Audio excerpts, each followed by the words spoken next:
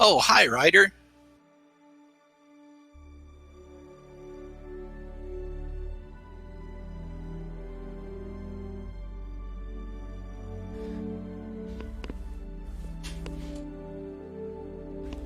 Is your mute button on?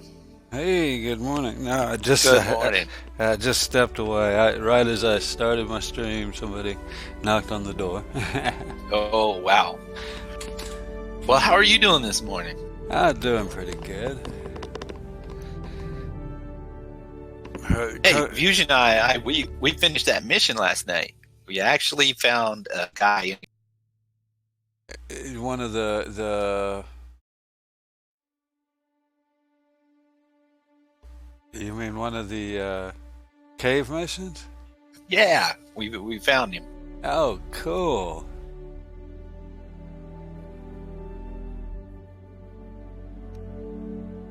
I just have had terrible luck with it. Oh, yeah. That's why we were like, I can't believe we did it. Yeah, I don't know what happened. It's just weird. I don't know. Maybe I'm not patient enough to search through the whole cave system.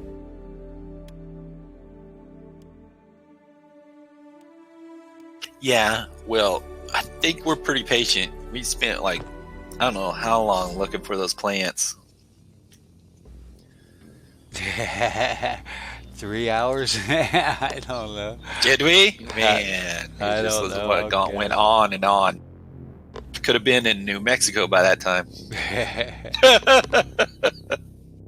Well, I've got a clip of them explaining where they're at and the different biomes and stuff. So that's the only thing I can think of is that we're in the wrong biome. Either that or they're lying to either that or they're really jerking everyone around. Yeah. Yeah. Are these developers or what are these guys? They're spawning them out there. Yeah, developers spawn the plants. Was that true? Anything true to that where they said that you could see him as a green icon with the prospector? I don't know. As a matter of fact, that would be kind of. Since I've never found one, it's hard to say. Yeah, that would be pretty significant right there to me. It's like, did they confirm that it shows up as a green? Yeah, I have no idea. A green blip or whatever. I've yet to find one to test it with. I wish they would do that for the ones for picking up, like make them a purple blip. Well, I mean, they just need something other than the prospector. I don't really like the idea that hand mining is still locked behind a $150 ship. I agree. You really shouldn't have to go buy a new ship just to hand mine. That's something that, the whole purpose in hand mining is so that everybody can do it. And, or at least that's my purpose. May not be their idea of what it's there for, but yeah, and they've said on several, on at least 2 that I know of, that they plan to add some way to mine for it, or to, either a component or upgrade for your ship scanner, a different scanner or something that you can do that will allow you to find them, which is cool. Oh, that'd be nice. Yeah. It'd be cool if you could replace a turret, if they want to make it.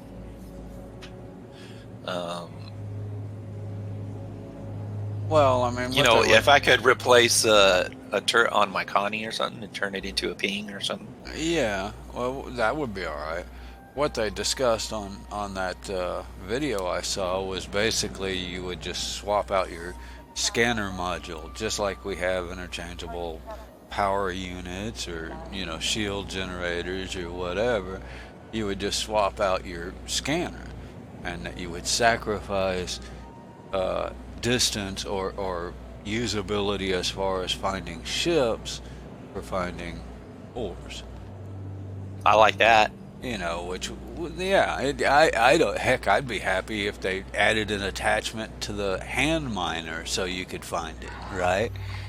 Yeah, then I would have a reason for my core in a way, because that core has a little bit of an area to store boxes and Yeah, yeah, that's, I don't see why they couldn't put, even if it were a shorter range, just a ping, a scanning attachment that you put on the multi-tool and you scan and it shows the blue box just like you do with a ship, but only for hand mining.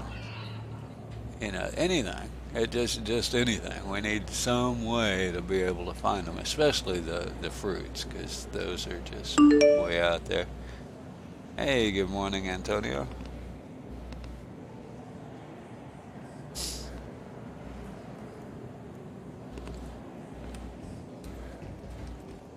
And yeah, I'm just let's see what I do have. I'm still in the. I do have a prospector. Your ship has been delivered to the following landing pad. Oh, nice.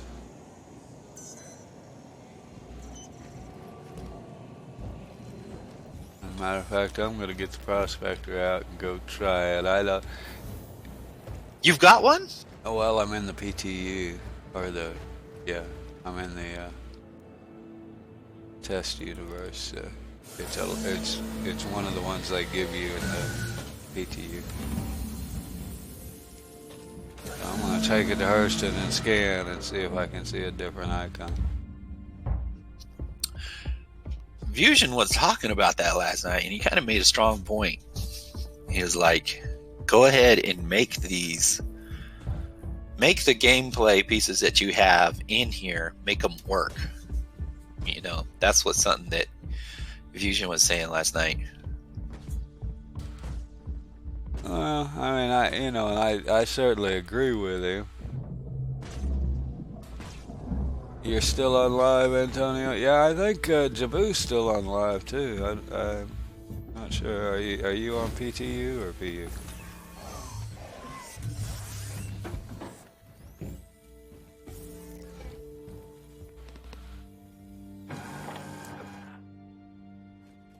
I'm hoping it goes live pretty soon, so that's why I've been stubborn and haven't swapped it all back. With only enough room on my hard drive for one version or the other, or my SSD for one version or the other, I don't want to have to swap back and forth.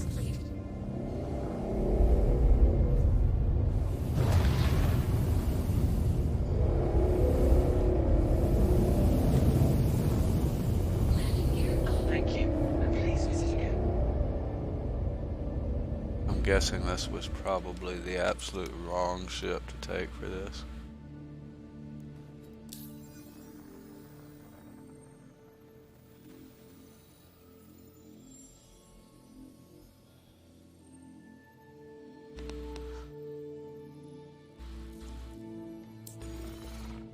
Well, Fusion last night almost convinced me of upgrading to the Caterpillar, melting something and getting the Caterpillar. Except one thing, they're not selling Caterpillar now. They're not. I was like, you know what? I'm going to go look at that. Yeah, they're not selling it. You mean the Pirate Cat or just the regular one? Because I thought the regular one. Either one, I don't care. They're the same to me. I don't see any difference. I thought look. That's weird, because I thought they sold the regular one pretty much all the time. I didn't know it was a limited ship.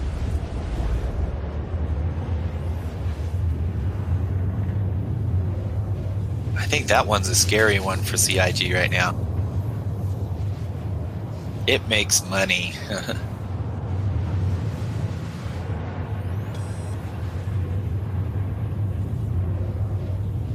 Not only does it move cargo, it gets in and out of atmosphere about one of the fastest.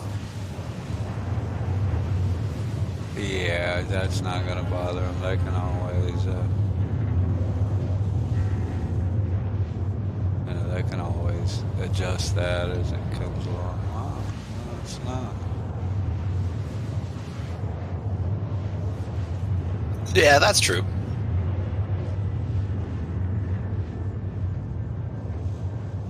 It's not in standalones at all, is it? Wow.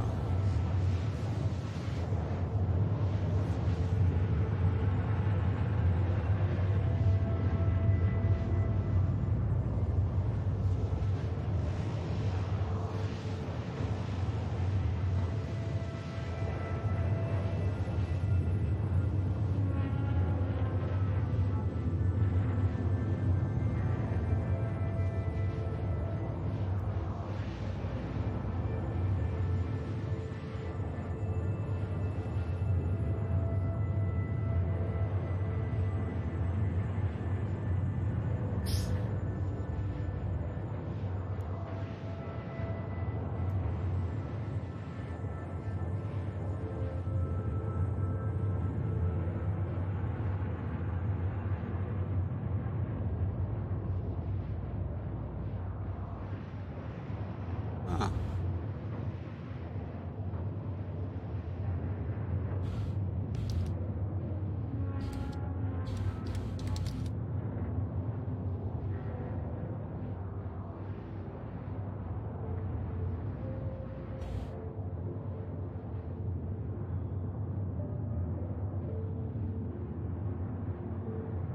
I didn't know a caterpillar was in the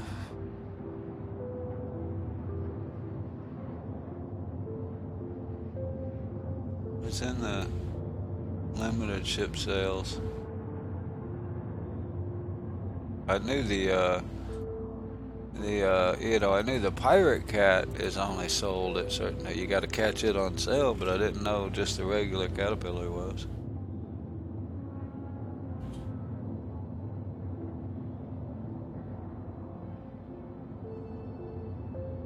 Well, at the end of the year, they're going to do everything's probably going to go on sale for a little bit. Yeah, the 27th of next month is when they're gonna have their expo, space expo or whatever. So that'll be cool. I forget where I heard that actual date, but there was one of them, and I there was one video or something where it was either a video or a post that somebody made that indicated it would be the 27th this year. And last year it was the 24th when they had the Aerospace Expo at Hurston. And this year it's supposed to be at Area 18. I was hoping it'd be at ArcCorp or Microtech. Oh, that would have been cool at Microtech. Mm-hmm. But it's going to be right before release of Microtech, so the chances of them... Microtech's going to be the hype. Yeah, it's unlikely that they'll release Microtech a week or two early just to get it there. It'd be great if they could. I mean, I'd love it if they could, but I imagine it's not going to be reasonably possible. Everybody's going to hit Microtech with prospectors, probably, huh? I would guess that it's going to, yeah. I mean, I'm guessing it's going to be Hurston, only more so, as far as, I think it's supposed to have biomes and everything like Hurston. Yeah, it's supposed to be an ecology planet. But I don't know. I don't know if it's going to be like that. Because isn't it ice? I don't know. I'm confused. I got told two different...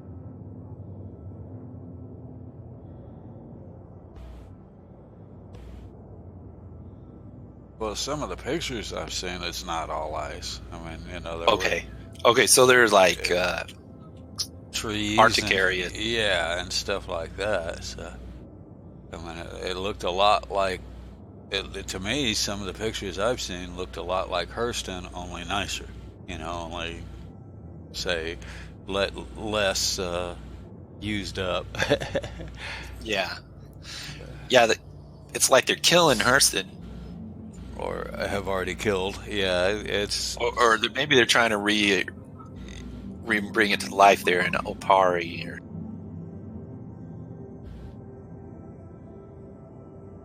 I think Opari is just one of the places they haven't completely destroyed yet, but that's just my thought. I don't know what the lore is there. I mean, I know it has to do with the industrial, I was wondering, is there other places around Hurston that are like Opari? There are. I'm just not sure which ones they are. That was the, when they first put out Hurston, I went to look up the trees. I wanted to see some trees, right? So I, went all the way to Hurston, and then, and just looked at the names, and of course, Pinewood, I think the name was. That was the first one I went to, and it was desolation, no trees at all. And so A little misleading. Yeah, so then I randomly went to other ones, and Opari was the first one that had trees that I came to, and so that's where I go because I know it's got trees. But yeah, I'm pretty sure there's other outposts in those biomes, trees. I just haven't hunted them up. Somebody was telling me that there were supposed to be, it may have been that, matter of fact, let me see if I can find it. I have a clip I made, or, well, actually, I swiped from,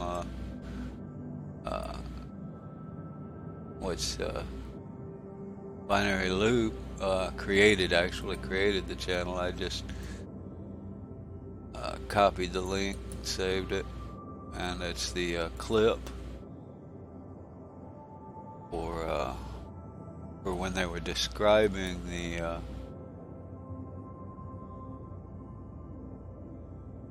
let's see, go ahead and watch it.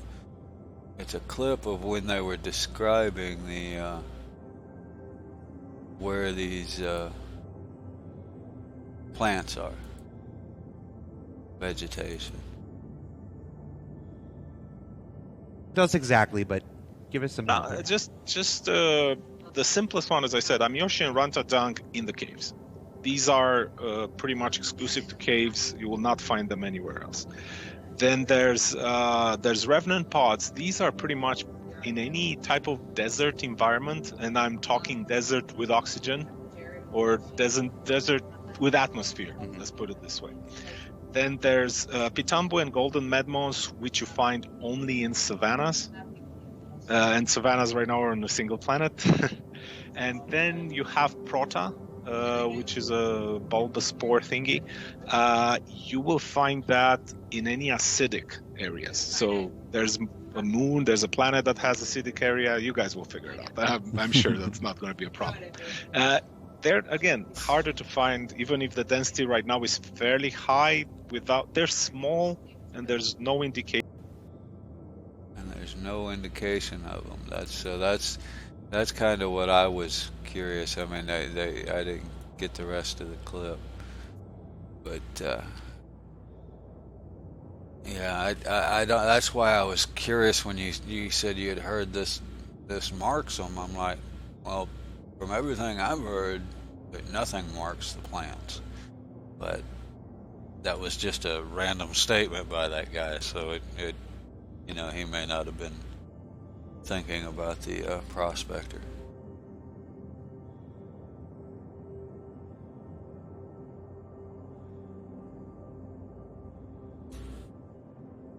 But I mean, Fusion did show up with the prospector and scan a few times when we were looking, Right. And he never saw anything, but that doesn't mean anything. We may have been in the wrong biome, to be honest. Well, like last night when I found that dead guy, and then I was able to activate him, that made Fusion so happy. He's like, okay, now I know, had some confirmation. I really took that to heart when you told me, be trusting as much as you can, but go ahead and confirm everything, Yeah.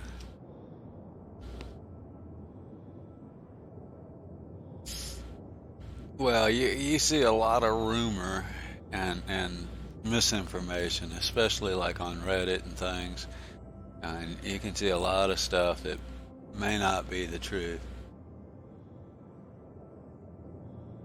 I mean, I have some of my own theories and rumor, but I try not to present it as fact. Kind of like Fusion's components. We him and I kind of both agree what might be causing it, but I wouldn't go and tell people that, as a fact, because, I haven't validated that enough to be fact. We have seen consistency. And like every time he's lost his ship components was in a situation where he had wow.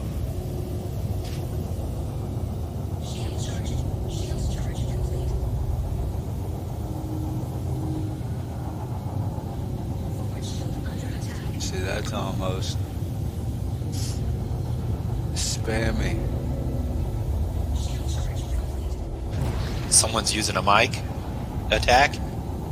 No, just AI. I got interdicted, and the AI knocked out my shields before I could even move. I mean, I was still in quantum whatever, and I still didn't have control of my ship, but they're shooting at me. Oh, they're just on you, man.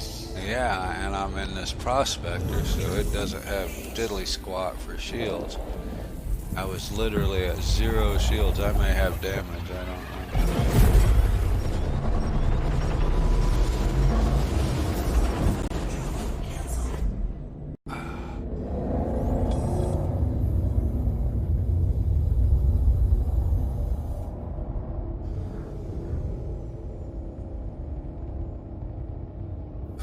I like your idea for putting a sensor, switching out your sensor.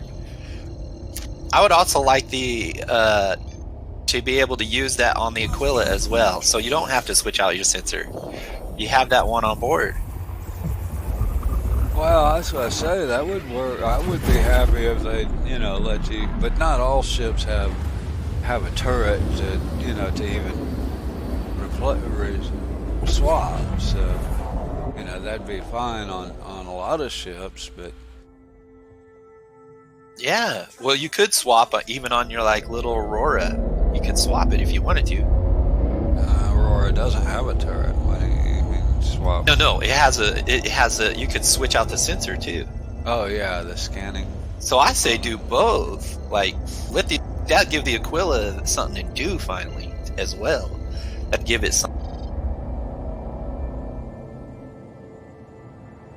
Well, the Aquila, personally, I think the Aquila ought to do it anyway. He shouldn't have to swap, because it's got, quote, an advanced scanning system, that's not even in game yet, And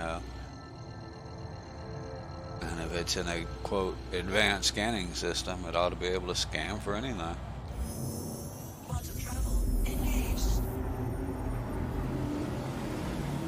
But that's just my thought on it. Yeah, that's exactly what I'm saying. Because there's even scientific ships out there. There's the Reliant Sin. There's the what is that, Terrapin? Yeah, but I'm not sure what scientific have to do with plants. I guess in a way they do. Biology. Yeah, through biology. So yeah, that would be all right too. But again, you're still being 2 ship specific. So.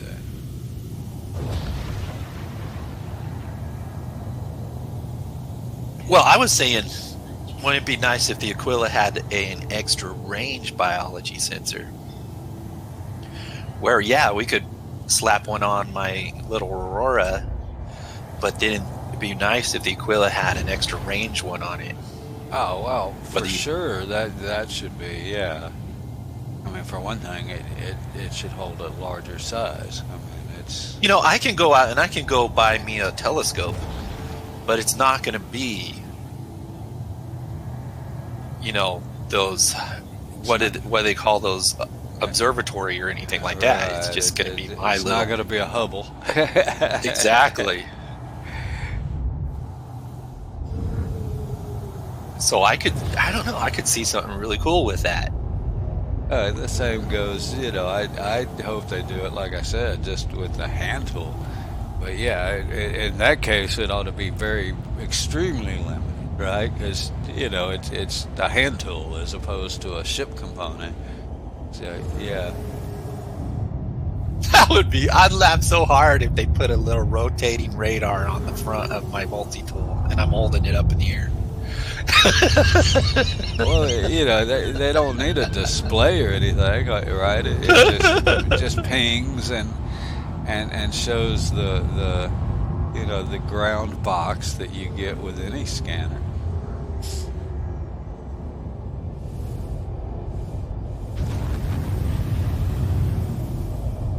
Yeah, that'd be so funny. You ping it and it's like 8,000 meters away. You start walking that way. My theory is that it wouldn't reach that far, but yeah. I don't know what the range of scanners are or any of that. Well, this doesn't look like Savannah. This looks like wasteland. Oh, did you hear what? Did you see what? Probably didn't catch Fusion and I. I got a mission and I've never seen it before.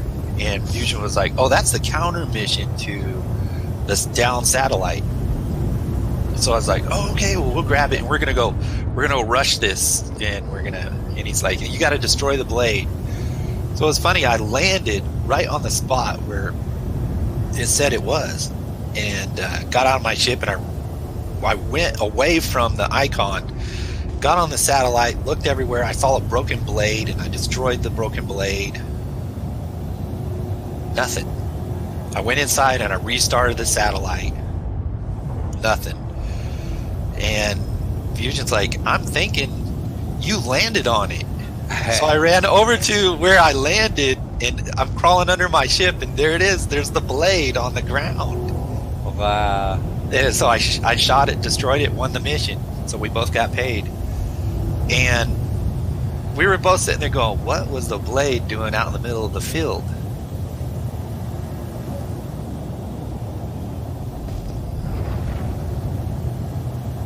And the only That's something else I'd like to look at is those components you're supposed to be able to find in the salvage yards, trash yards, or whatever. do you know where one is? Where one of those trash yards is? I'm just not really certain unless they're talking about the salvage yards. So no, not really.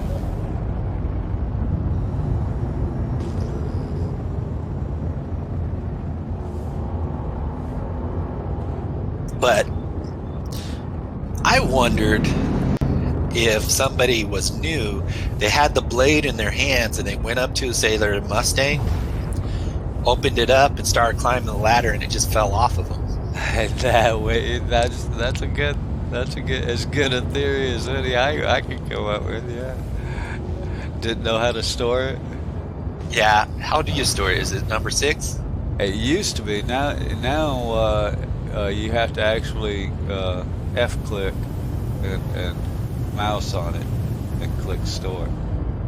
Oh wow! It could have been a seasoned player like me. I could have been just like, "Oh, I hit 6. It's in my inventory."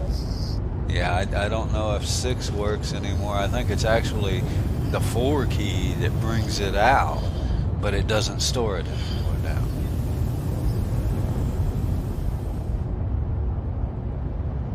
Is it in your? Wonder if it's in your inventory list now. No, not that I know of.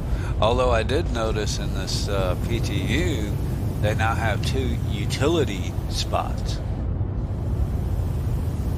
You know, you used to have only one utility spot. Well, I've got 2 now. I noticed that I've actually got 2 utility spots. So apparently I can equip say a hacking chip and the multi-tool all at once, both at the same time. But I haven't tried it. You can also like switch the hacking chip for one of those light sticks. Oh, yeah, that's probably what it's for. It's the light sticks. That's probably more like. I mean, I'm sort of in a junkyard area now. There's a bunch of trash here. I could see myself being so lazy that I have 2 multi tools, one with the cutter and one with the drill. When they bring back the cutting stuff. Yeah, I'll be happy when they add the repair to it, so you can repair, you know, on planet or whatever. That was originally what the multi-tool was supposed to be for, was to repair your ship. Oh, that would be amazing. What if you had material in your rucksack, whip out your repair tool, and it used some of that, and you could just. That would be kind of cool, especially since I shouldn't say none, but a lot of the landing pads don't seem to be fixing yet. What is that noise? Who's coming up behind me? There's like 6 people just flying around next to Hurston here.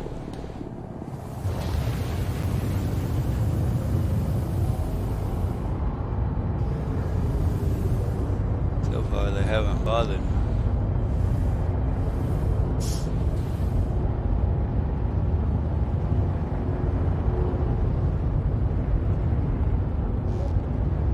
But I'm not seeing any pings here.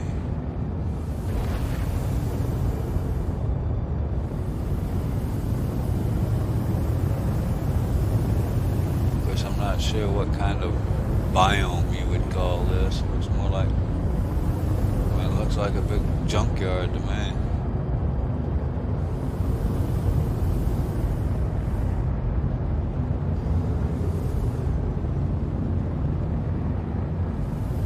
Have they ever talked about what like coffee is supposed to do for your character? Or? They've suggested that some food and/or drink items would give you a boost.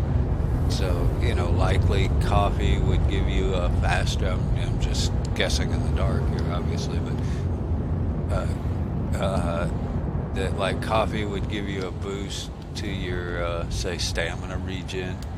Would make your stamina regen a lot faster. You know, like some food. I gotcha.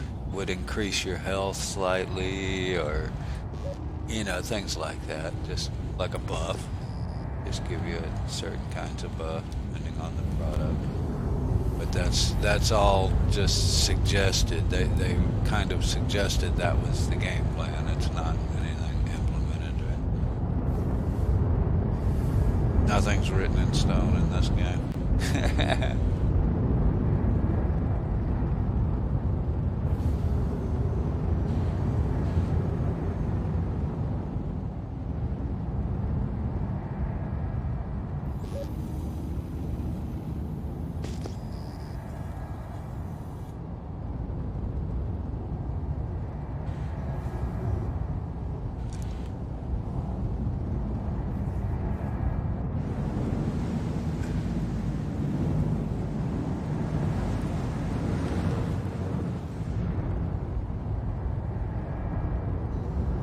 Still, what is that?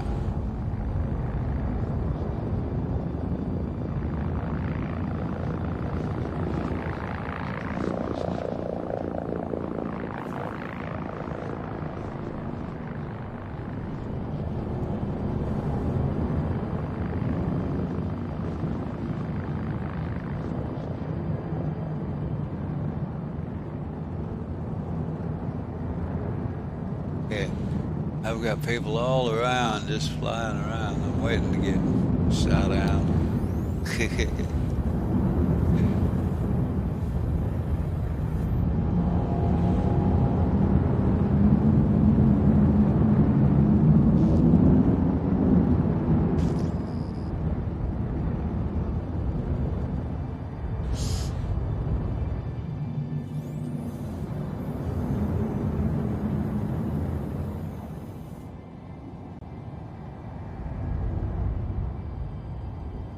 Oh, I'm still actually in the. There we go. I just broke out of the no-fly zone. Wow.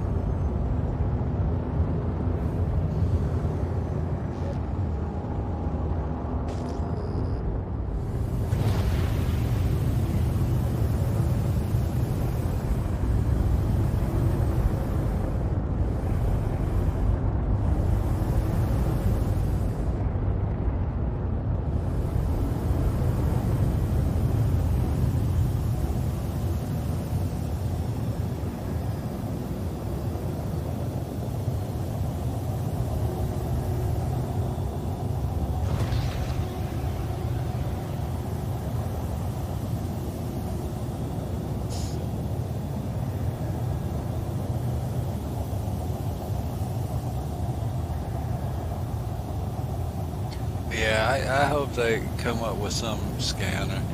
May not be for a while, but that's all right. Yeah, they do need to fix a lot of stuff, but my problem with that is on the same time, it's early in game development, and a lot of the things like that, is normally not done till later, and they've already spent who knows how many thousands of developer hours to make this a playable demo. And, how much time do you put features in there just to make it more playable when it may or may not be used in the final versions?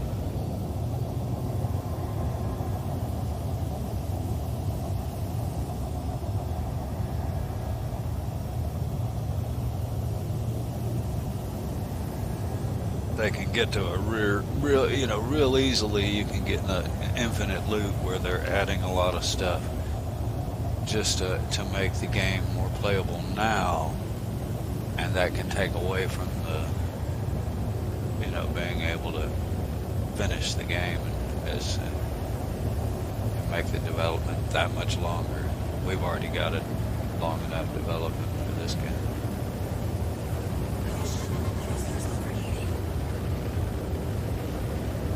Thruster's overheating. Are you kidding me? I'm doing 108 meters a second. Maybe I need to...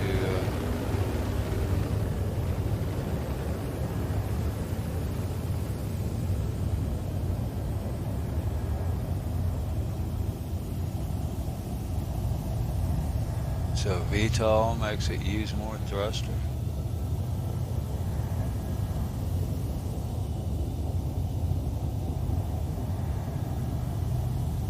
Weird, I just went out of VTOL and it went away. So I guess if you're in VTOL, it heats up your thrusters more.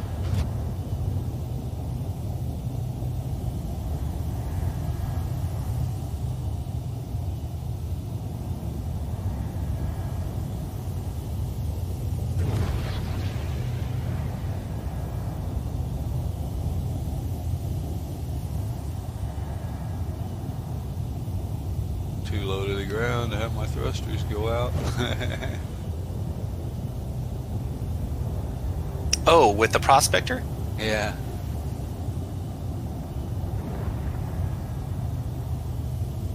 I'm over a big lake. My thrusters give out now. I have a feeling it's going to be a bad deal when I land in a lake.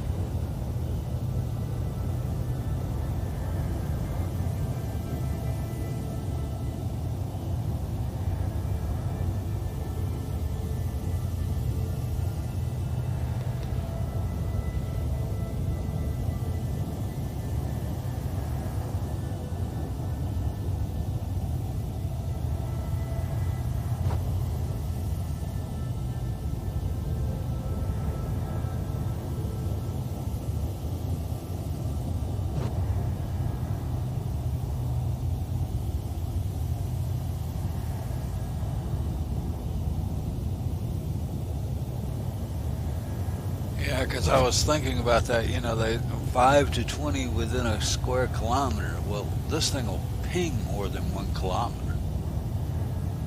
So ideally, that would suggest that if you're in the right location, in the right biome, you should get 4 or 5 hits every ping. So either we're not in the right biome or they're not spawning the way they're supposed to. That would be my guess. Where are you? What are you doing with the prospector right now? I'm flying over right now. I just kind of started. I went around Hurston a little bit and did some scanning. Nothing showed up. Wondering if that was the junkyards, because the whole outside all the way around Hurston, or Lorville, I mean, on Hurston there, is like a junkyard. I mean, it's all kind of crap laying on the ground, and you know, big pipe and things, just piles of metal trash.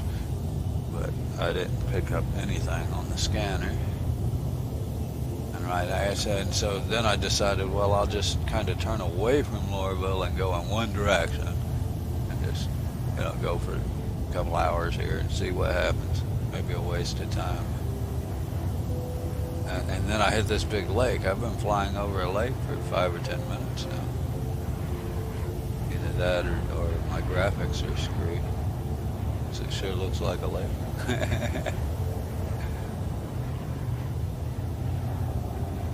So I'm going in one direction, hoping to get on the other side of the lake here in a little while.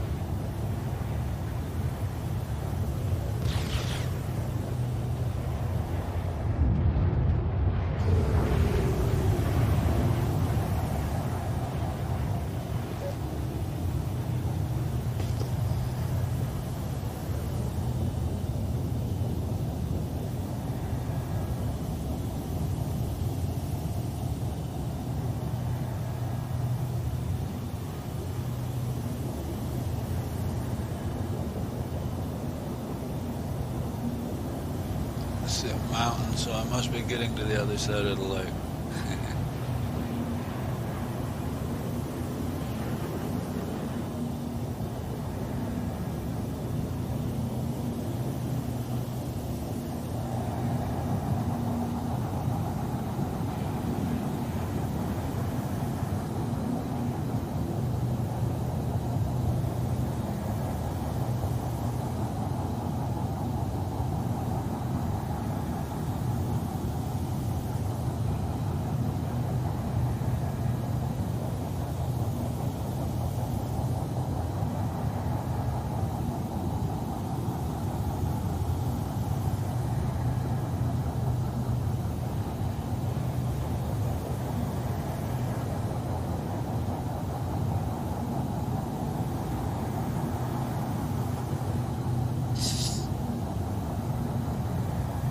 Just playing with the prospector and trying to find some fruits and stuff while I have it in the PTU.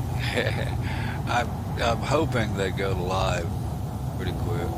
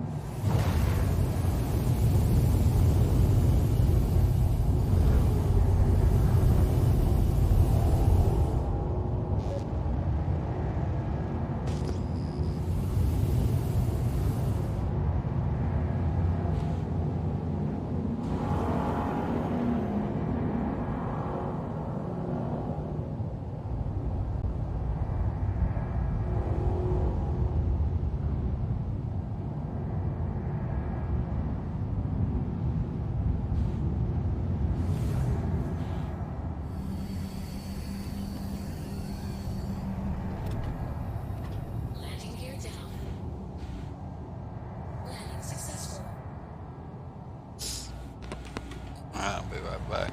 Bye, Brett.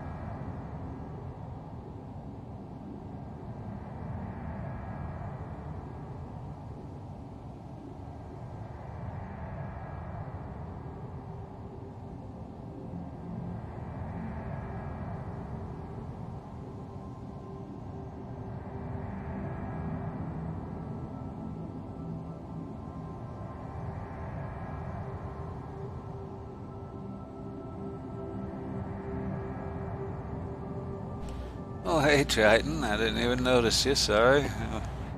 Oh, wait. I have people. No, I mean, I got somebody in front of me. Triton's one of your peeps. No, I got somebody in front of me. Oh, where are you? I'm in the middle of nowhere. But you have a Wow. stalker? I've got somebody on the ground. I don't know what he's. Oh, there he is. No, man, ain't that weird? That's cool. I'm literally parked on an island. I don't know how far, but a good ways out from any outpost, just wandering around. I don't know. No, I don't think that's Jabu. I think he's on live. I'm on PTU.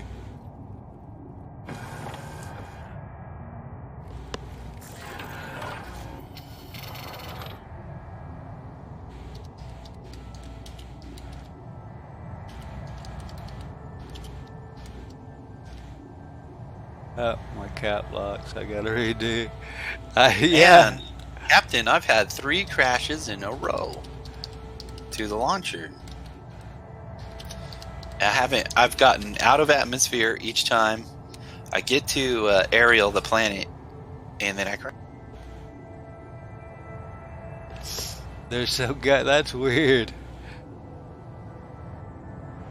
I was on break, and I parked on an island in the middle of this lake, and some guy parked next to me. There he goes, and a Gladius took off.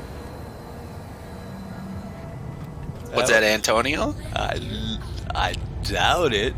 I mean, I'm not anywhere anybody could stream snipe and find me. I mean, I'm in the middle of literally nowhere. I took off from the Lorville area and have been flying just in a straight line forever. Some random dude saw my ship parked there probably and came down to see what was going on. That's kind of funny.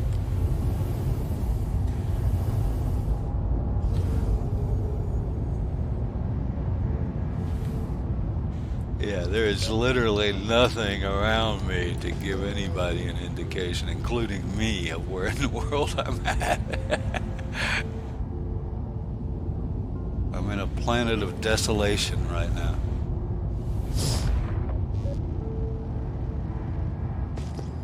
Although people that are randomly flying by could probably find me easy. I'm pinging, that you can see from a long way.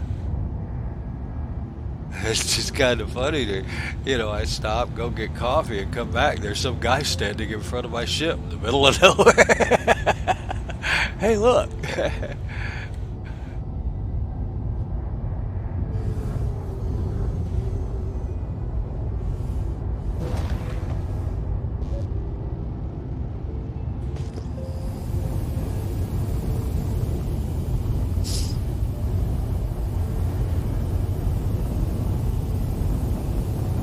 Nice to go into another biome here. I'm in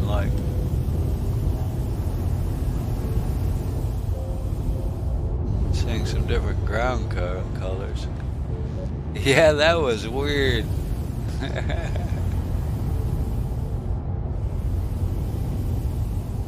I can't imagine what he's doing out here. He must have just been en route somewhere, because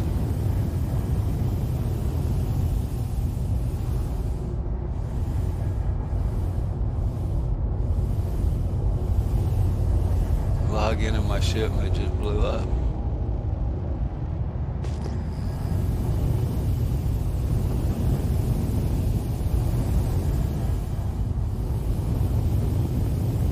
So far I haven't gotten anything to ping.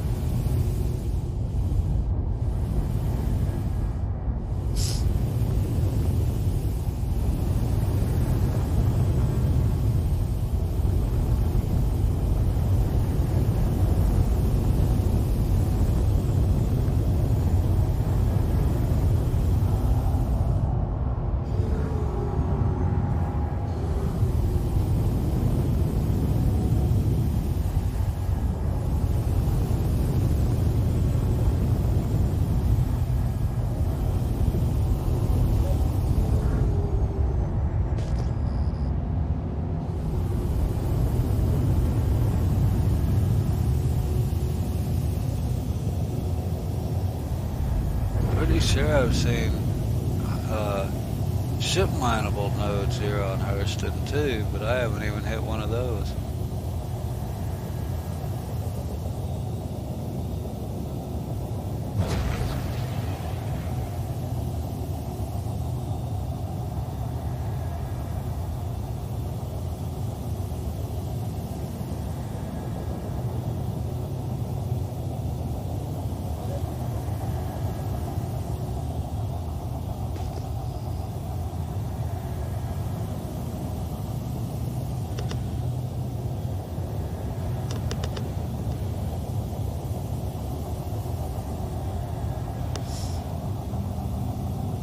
That was weird.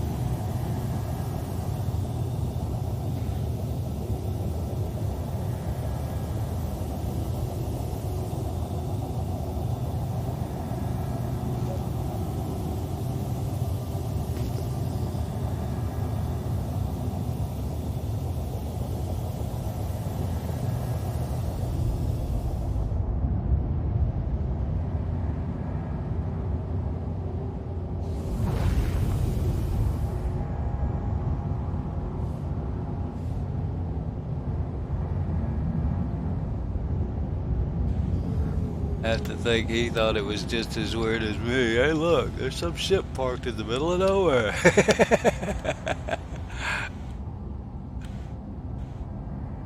He probably just came down to see what I was doing.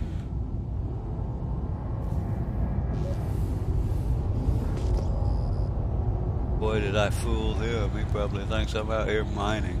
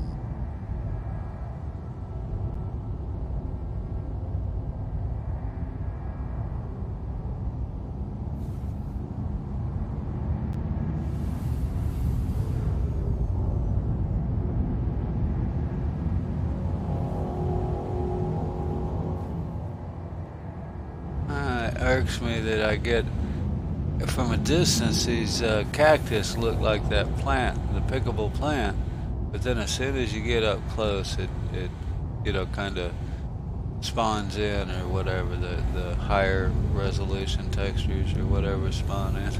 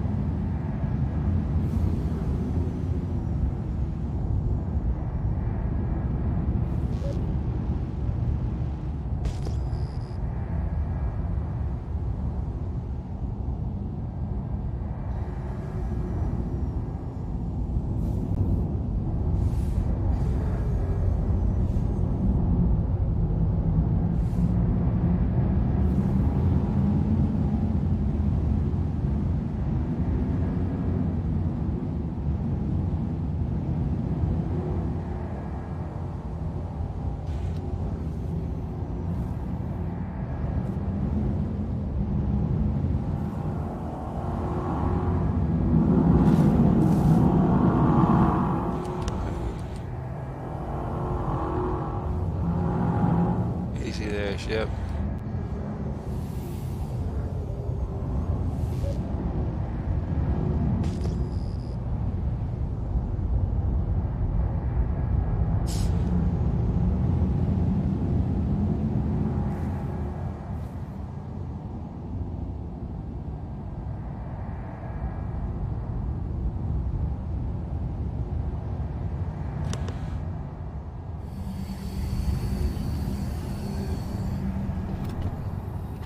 Landing gear down. Landing successful.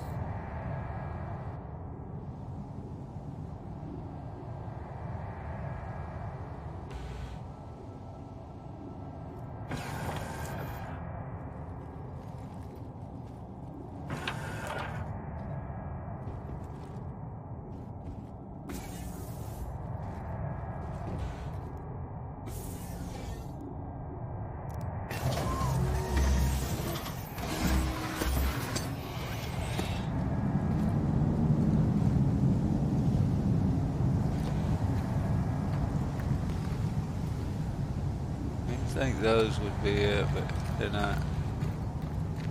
Said otherwise. I do. I have a. All right. Well, I have a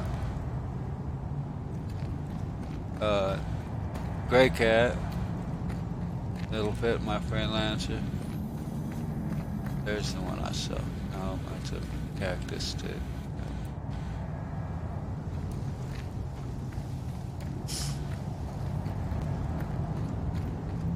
The gray cat will fit in there. Actually, I think I've had 4 of them in it. It'll fit four. I can get 4 of them in it. But this thing, as far as I know, this is the only ship that will scan for hand minables, and we've heard that it'll also ping the plants. So I'm kind of just trying to find plants, pickable plant. I want to find a tomato.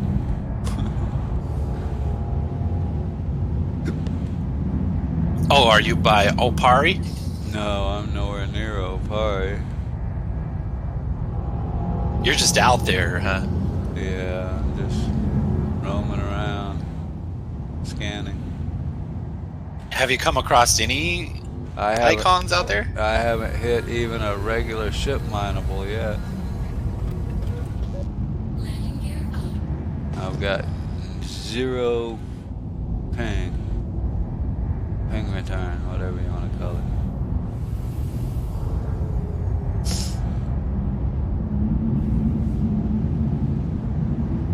I can verify that a freelancer.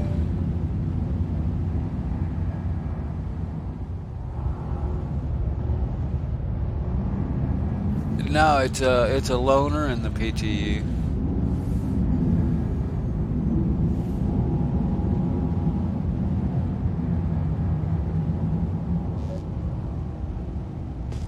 I'm guessing so you can hand mine. Like I did. I had real good luck on Daymar, because this thing will, and I can confirm that it will ping hand mineable nodes. And they have a slightly different icon than the ship mineable nodes. But it will ping those. You can find hand mineable nodes with it on Daymar pretty easily. They're all over, and it's the Haydenite, the high end stuff. I have rented a couple of ships. They work all right. In the PTU, it's kind of bugged. Which, not that it matters because it's PTU, but in the PTU, if you rent a ship, you can rent a ship for 3 days, and it'll show the 3-day counter, but it doesn't go away when the counter runs out. So you end up with the ship.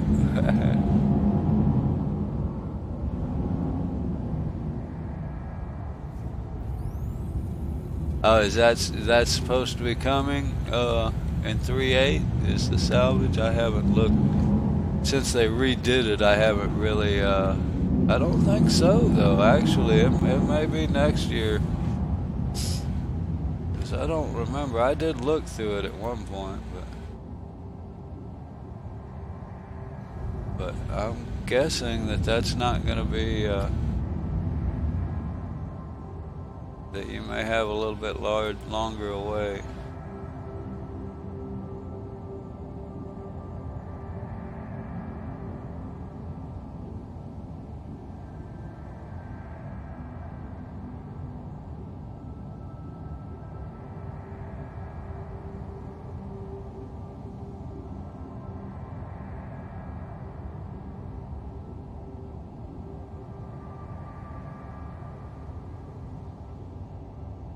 Yeah, I'll have to look through. Yeah, the Carrick's still here, but yeah, unfortunately, I think the salvage and stuff has been moved somewhere. I can't say where.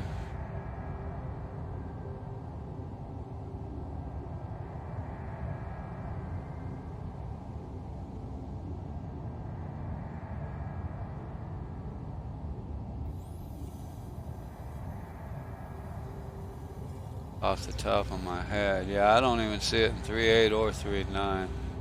I may not be in the right sections, but yeah, the Carrick is still in there. But yeah, unfortunately, I don't think that does that middle of next year maybe. Let me keep looking, see if I can find it, because a lot of people. The Karak? No, he was talking about the salvage. Yeah, here's salvage. Second quarter next year, so it'll be the middle of next year before we get that now.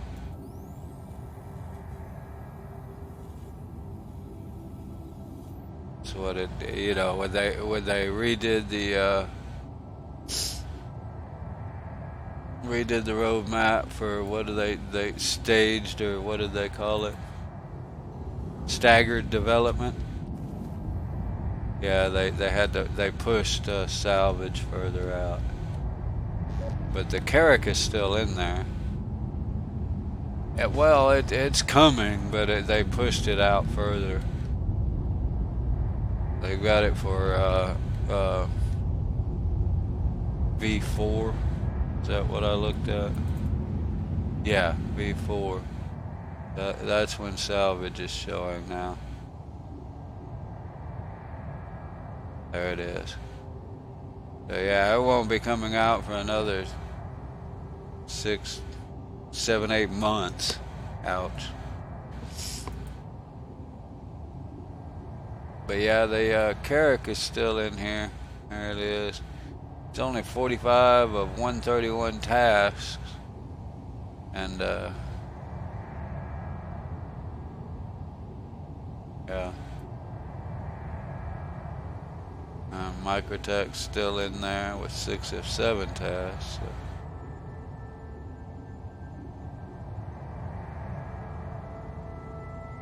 But yeah, there's no salvage in 3.7 or 3.8. I mean, now it's in 4.0, so it'll be a while.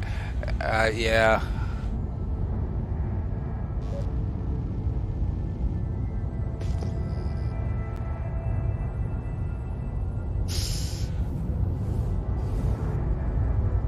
Yeah, that got moved when they did the staggered development thing, notification or whatever.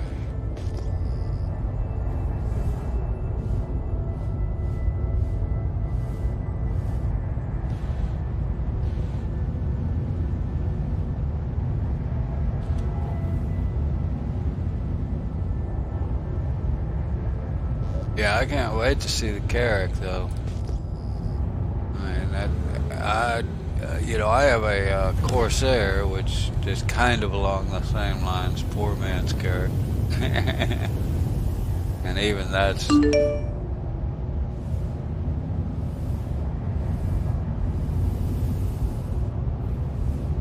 That would be cool. Yeah, if we get a jump point and any kind of another system, I mean, I would, like I've said before, I would even be happy with a mostly empty system. You know, just a jump point. I'd love to see those jump points. I mean, I'm not enthusiastic about the whole bobsled thing that they suggested is going to be the mechanic for using them, but that's just me.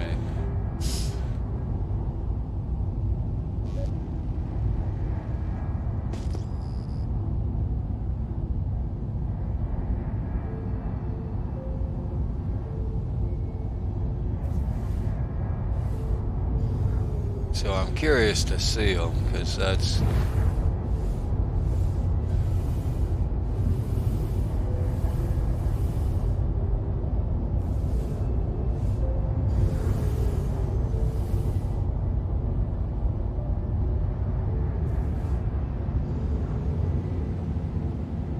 Hydrogen fuel at 75%.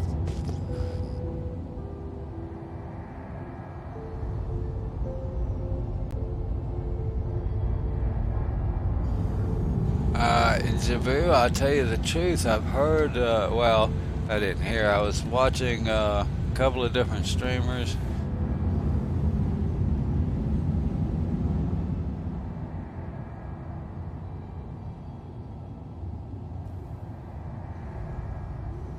Well, that's what Chris Roberts said, and the one I saw was that you would have to fly through them. He didn't mention whether they had been at that. In the one I saw, he did.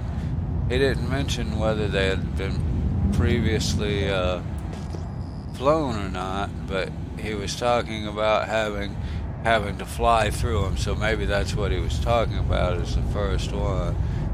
And he even used the term, you know, imagine, oh, that looks like one, doesn't it?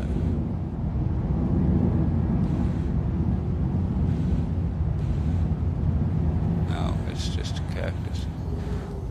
But he even used the term imagine. That's it, dude. That's it. Stop. Land. That's it. You think so? I don't think so. I think it was No, land. That was sure it. did I look even like saw I even saw the fruits. They're at the bottom of the plant. How in the world did you find that? Well, it's definitely not pinging, so we can. Oh, wrong Oh, buttons. okay. So is that a cactus? I don't know. Let me get. Yeah. Okay. Yeah, it's a cactus. Yeah, that's what I thought too, because it sure did. Because look like- all the fruits were at the bottom. I thought until it loaded in, then I see it's a cactus. That's Nuts. why I was saying the load in is really kind of. Murder. They all look like it until you get right. See, like that way, because it's a small one, right? It should be small, like say that one there. Oh, I got you. But that, I mean, this one doesn't look like it, yeah. But see how you can't see what it is till you get right here. It doesn't. And then load all of a up. sudden it transforms at about 20 meters. Yeah, 20 to 50 meters, it pops in, and so everything seems to look like it.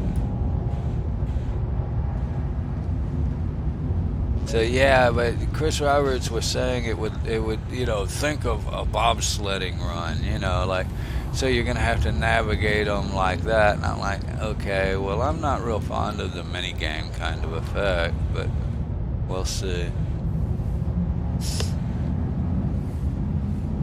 Somebody who wants to do exploration,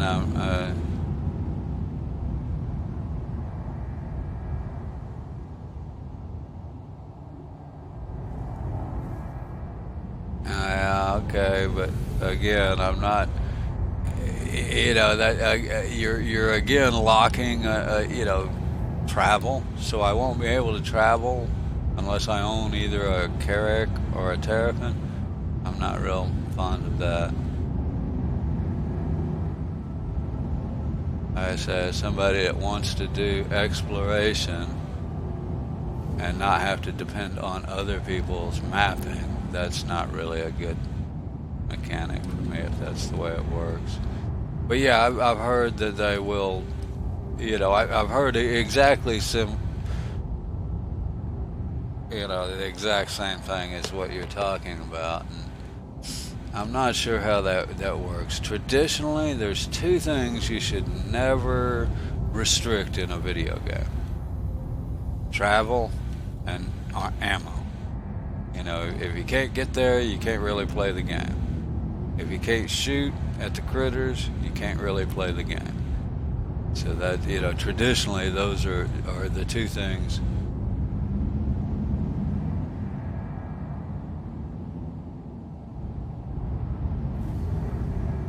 Okay, but then that takes away from me.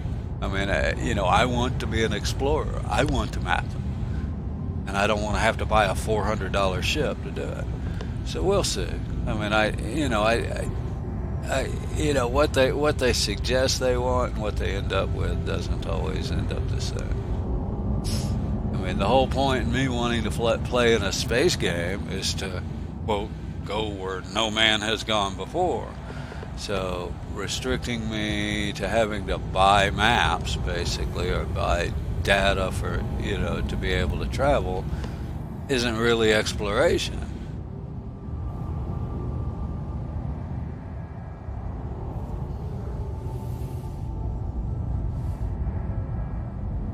Whether it's AI or player or whatever, it doesn't matter. I mean, I want to explore. Star Trek, the term was "go where no man has gone before," kind of thing. That's what exploration. Now that looks like one. But again, it's another. Yeah, it's another cactus.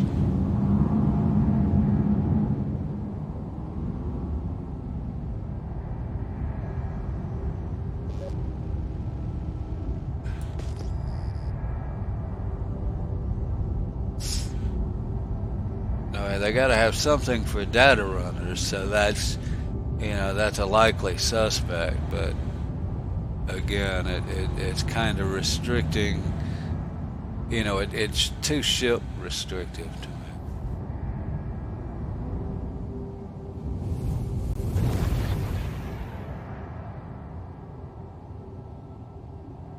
me. I like mining, but yeah, the whole I don't own one of these because I don't have the money. I'm not. I can't afford $150 just so I can play one part of a video game. $150 will buy me quite a few other complete games. So yeah.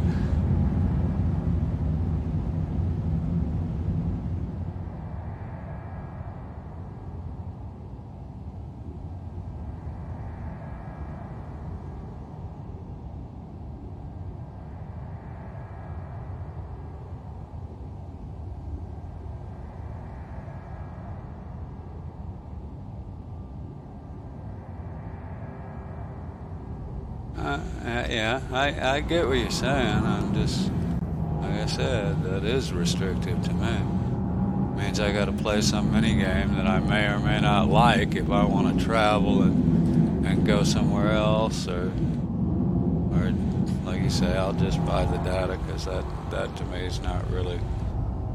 I mean, I'm not playing Star Citizen to do a quote bobsled run.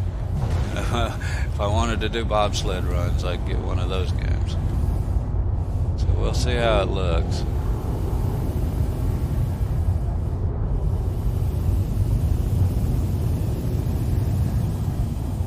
I mean, I'm not too worried about it. I do have enough ships that I believe I'll be able to earn decent amounts of money, and therefore, in-game purchases will be viable for me eventually. It may take some time to build up to something like a Carrack.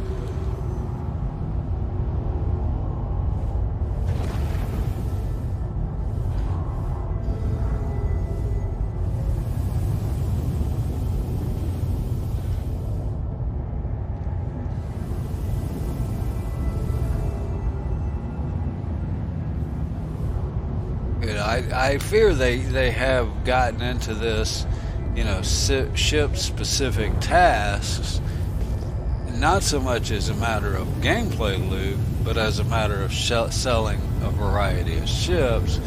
And now they're, I fear they're trying to make those ships, they're designing the game to the ships rather than the ships to the game, it seems like.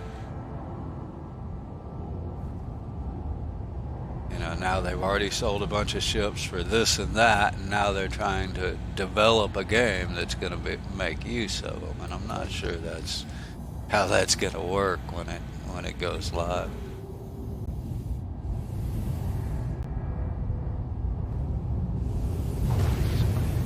It's just like right now, I'm here hunting for ground hand-pickable items, but I'm doing it in PTU because I happen to have a ship that'll scan for it. In PU, this is not possible, and I won't do it.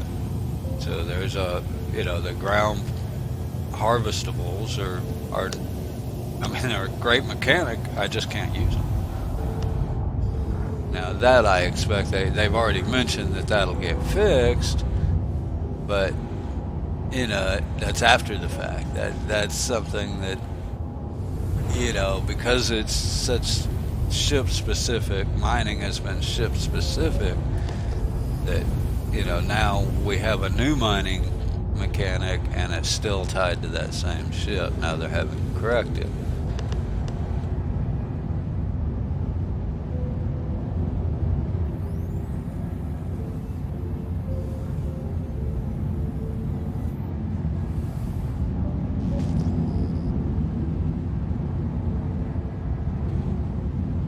I'm wasting my time now. I'm in the dark.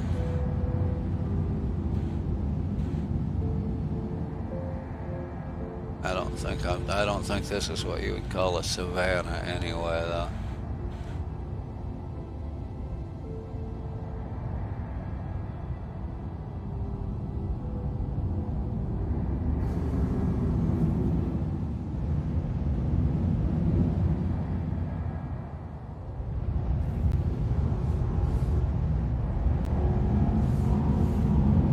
You can define minigame.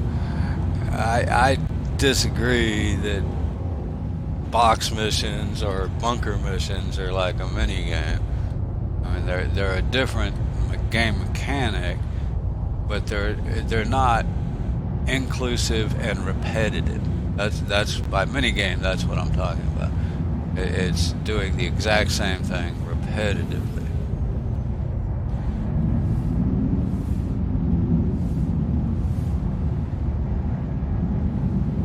Mining is kind of a mini game. I'd have to agree with that.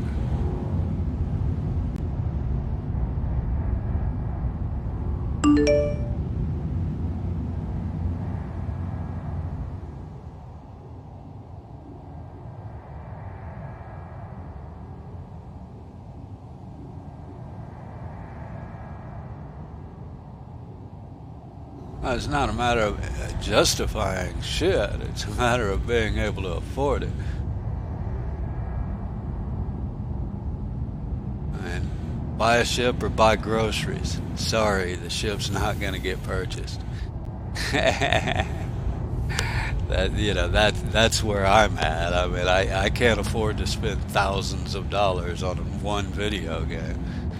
That would be the only video game I'd ever have to play. I wouldn't be able to afford any other games.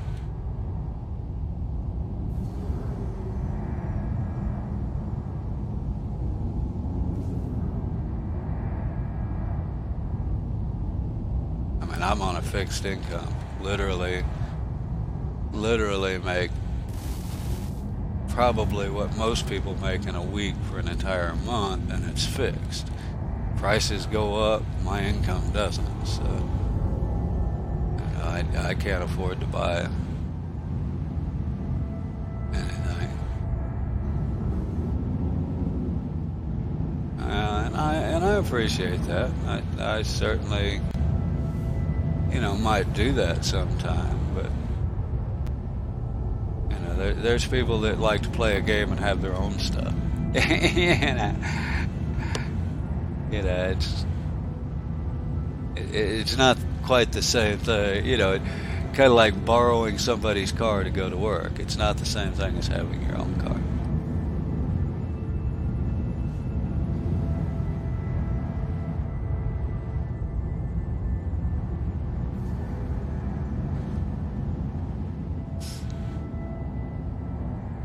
I say I have enough ships that I feel like I can earn in-game money and probably get whatever I need or whatever I'd like.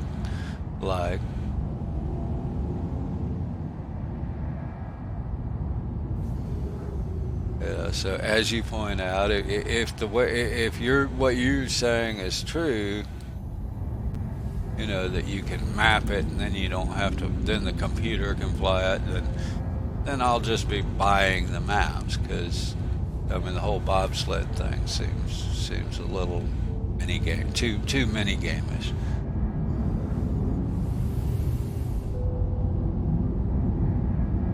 And even the mining is a little bit much for me. I like mining in a lot of games. Usually mining is a means to craft, though. Not just mine and sell. It's mine and craft, and there really isn't a lot of crafting in this game. And I don't foresee there will be. So, that's kind of when I gave up on thinking I would like to mine. Because when I first started the game, that's what I thought is, I'll buy, I'll end up getting a prospector. But I kind of gave up on that idea. I like crafting. And mining is normally, in most games, crafting games anyway, mining is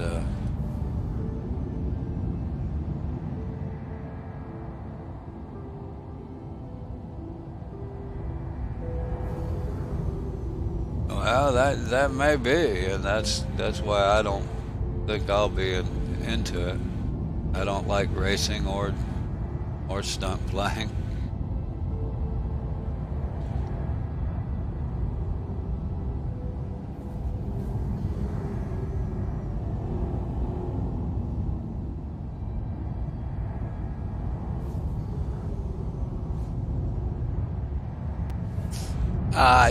Yeah, for like foodstuffs, things like that, they mentioned it.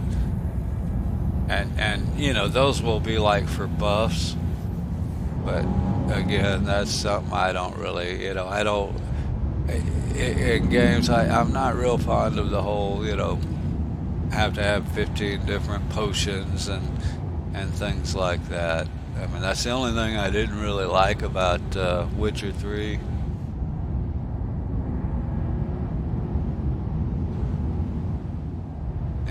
Having to figure out all the different potions to get past the boss mobs. The rest of the mobs was fine. I could, I'm an old slacking, hack and slasher, but that's too basic anymore. Now they have to have, different potions and different spells and stuff like that, and it gets to be one of these where you got to have 20 different buttons in use to do a combat. And I'm just not big on that. My fat fingers and keyboards don't really work well together.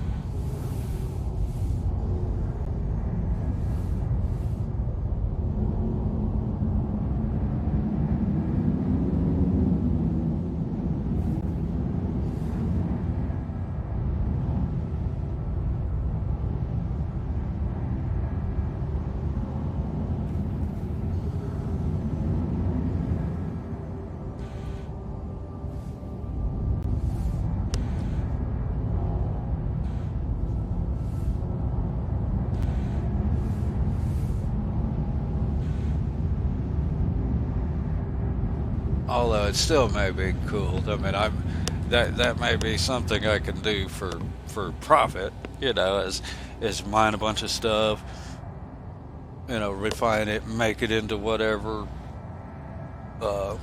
commodity that that they have, and sell that. Well, that's me. That's that's why I'm not real good at like PvP and stuff because I'm not a good finger warrior. I'm not real good at 15 buttons along with the mouse to do combat.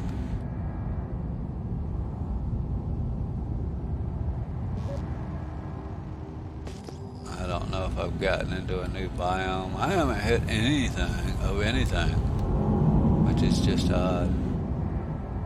Probably look at the map. I haven't gone 2 inches.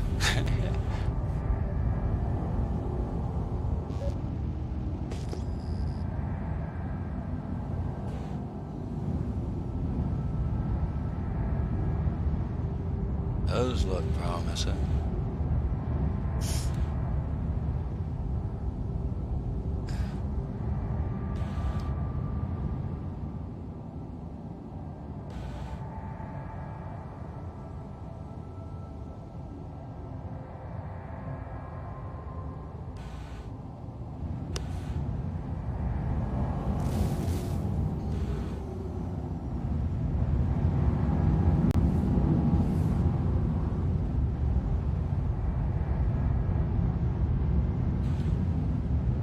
Yeah, and that's the theory I see. It works great in theory. Unfortunately, everybody wants to be, the captain, not the crew. So, we end up with, right now, for certain, we end up with hundreds of all chiefs, no Indians.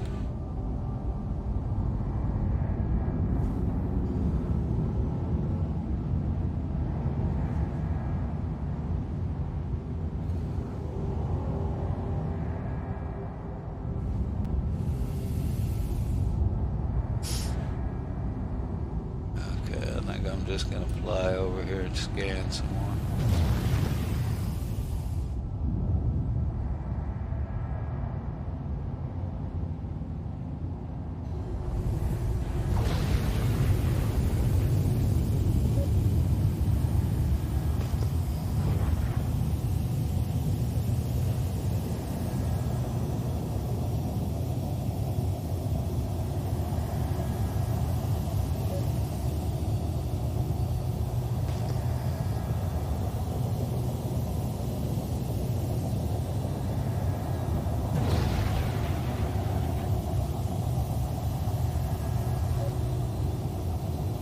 See if I can get over this mountain range. Maybe I'll come to a savanna or something.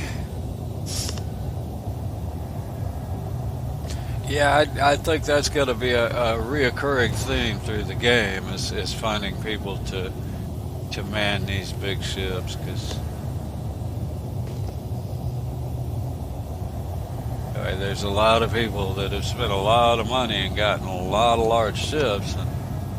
And when the game releases, that won't be near as big an issue, right? You'll have a lot of people without bigger ships, but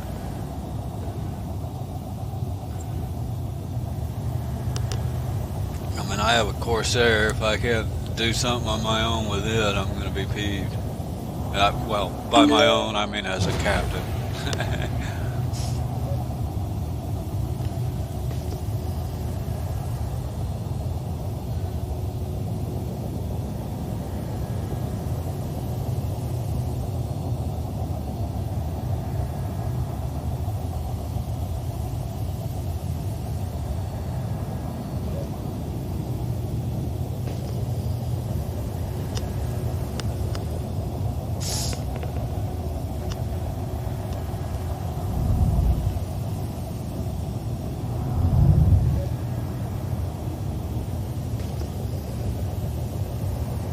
Normally in games like this, I would say I want to pilot, but to be honest, the big ships, I don't like piloting at all.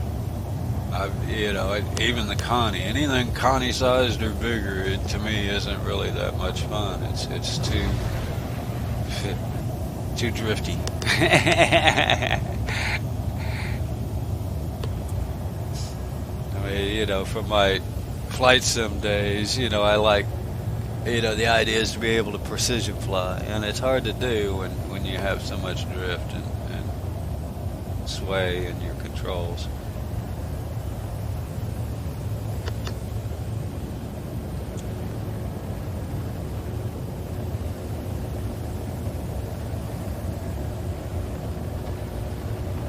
Not that it's not fun, it's just not as much fun as smaller ships to me. Smaller ships are a lot more controllable and therefore they're a little more fun to me. I can't believe I haven't hit an actual ship mineable ore or anything.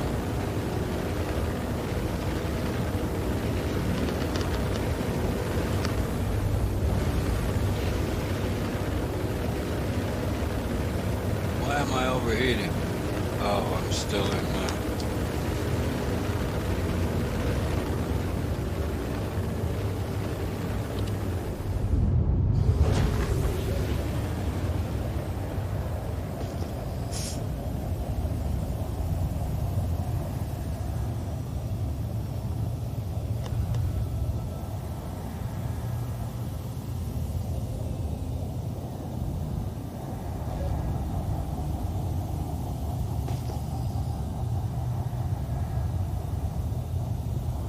But yeah, I mean, I get the whole, you're right. Uh-oh, am I gonna hit? Barely missed that one.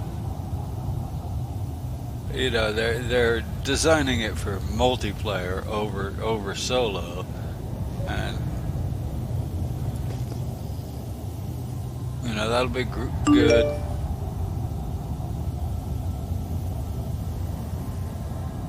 It's alright. They're designing it for. I get where you're going. They're designing it for multiplayer, and that's definitely where it's gonna go. So I'll do the multiplayer, but if I can't do something solo, I'm not always into the multiplayer. Just.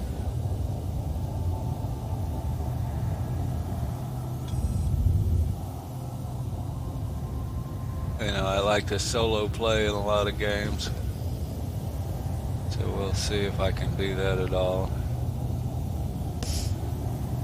If not, it might be a weekend only kind of game for me, because when I have time to play on game, most people are at work.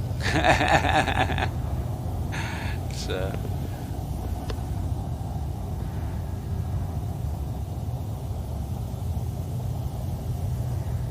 Not that I can't play at all on weekends, but usually if I do play on weekends, it's a lot of times it's in shorter bursts. I can play for an hour or two here or there. Uh-oh, I'm falling for some reason.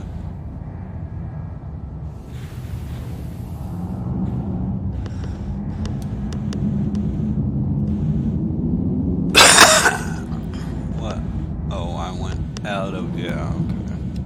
I guess go back into that mode. Maybe I won't fall.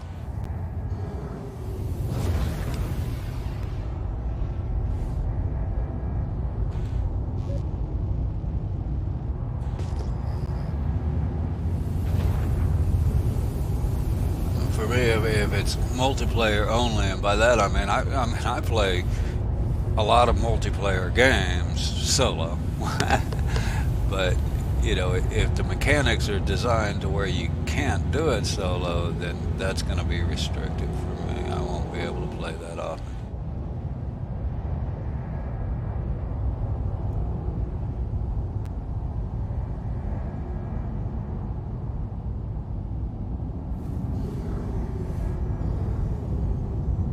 Just because of when I tend to play in my region.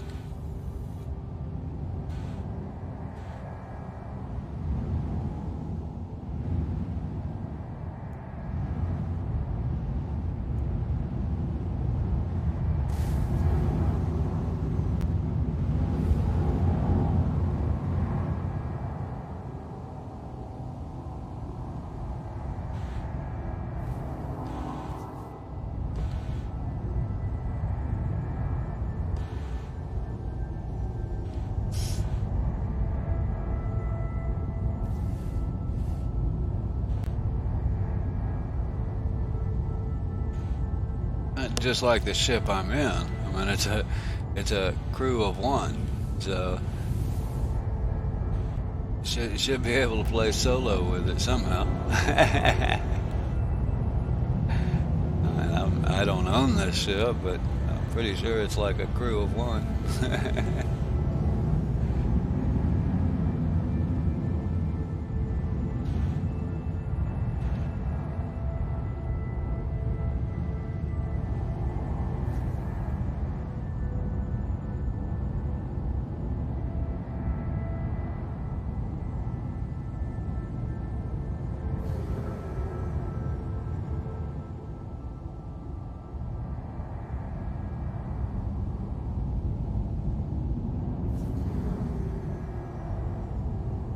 Yeah, and I do play sometime in the evening,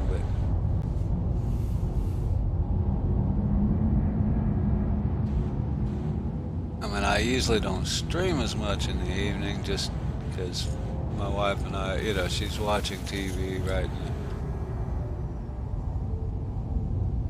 in the same room. I live, we live in a small home, very, very small area. So if I'm over here getting excited and screaming and hollering, it bothers her. And same if she's over there watching some show that she's wanting to turn up,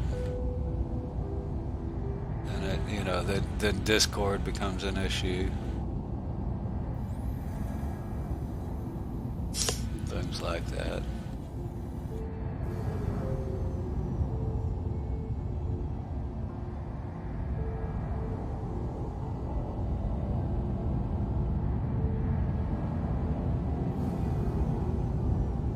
We live at a 512 square foot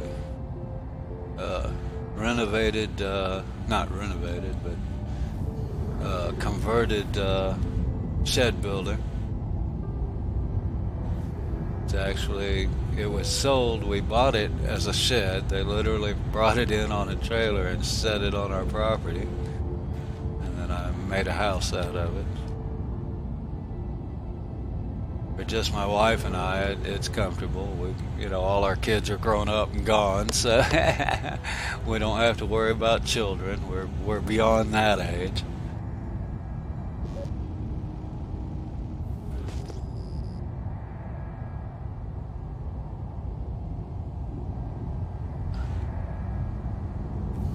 And really, it's too small. I mean, it's comfortable for just us.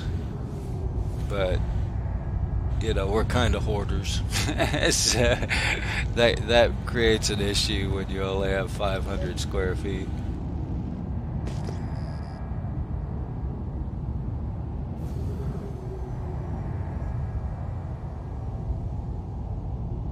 It's the tiny house thing. The one thing we did right is we have our living room and kitchen area is all one room, obviously. That's the only way to go in a small house, right? But it was what do they call this? I can't think of the name. Like a Dutch barn, what is that?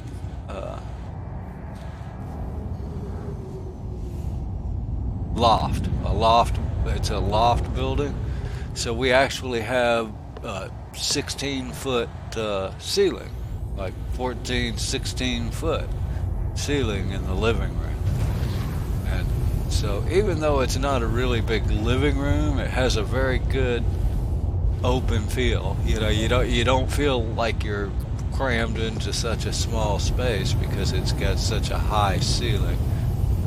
And we even have a ceiling fan that I had to put a big extension on. And that makes a big difference in a small area to have a tall ceiling. So if you do go do the tiny house thing, try and get one with a high ceiling. If it's a 7-foot ceiling, you're going to feel like you're in a shoebox.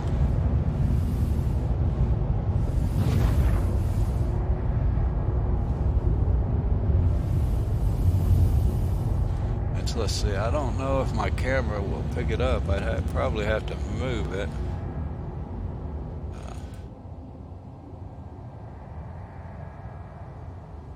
Yeah, if you look behind me, that wall that you're looking at, the camera is literally on one side of the living room kitchen area. Literally, I mean, up against the wall. And then that bright wall that you're looking at is the far side of our living room. That's the entirety of our house, other than the bedroom and bathroom. Let's see if I can get it to twist a little bit here.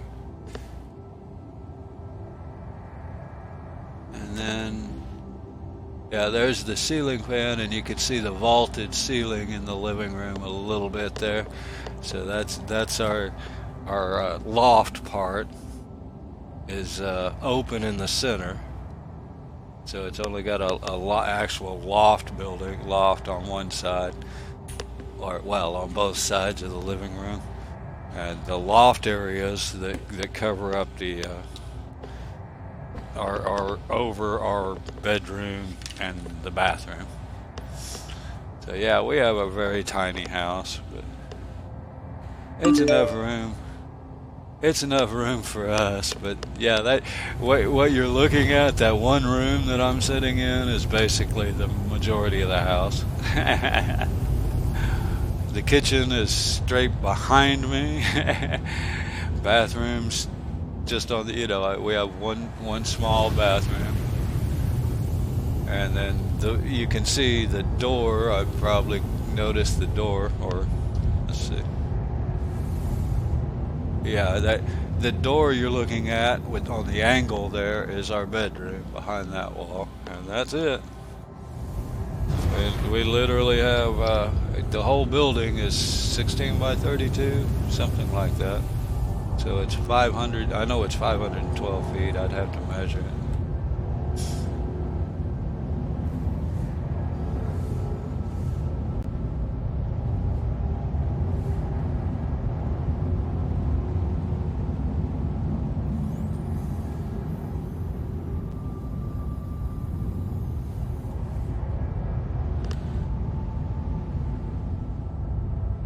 But I mean, cost-wise, you can't come out with any better. It's to us, it's brand new. Well, now it's 3-4 years old, but it's basically a brand new house for less than $20,000. And the shed building that they delivered, of course, didn't have walls, didn't have anything on the inside, no insulation, no nothing. It came with the exterior walls, the doors, and the windows. And then I built the inside, put the inside in. And so yeah, for just the building, it was around $20,000.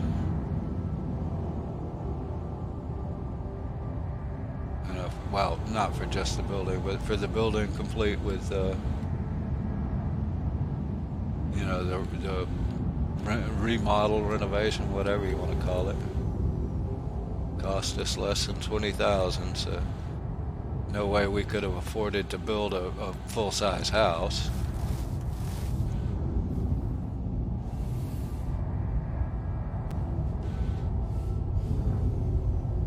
Oh yeah. We literally, we have air conditioning. We literally air condition it and heat it with we heat it with a gas space heater. I mean, literally a space heater, and we air condition it with a single 110 window unit. It keeps it comfortable. It's better than, it keeps it more comfortable than that crappy trailer that we used to have on the property. I mean, we own our own property, and we used to live in a trailer which was twice the room. I mean, it was twice as much square footage, but actually was less usable. I mean, one long hallway, so. It wasn't really all that great as far as usability, and it had central heat and air, and we keep this more comfortable with space heating and window unit.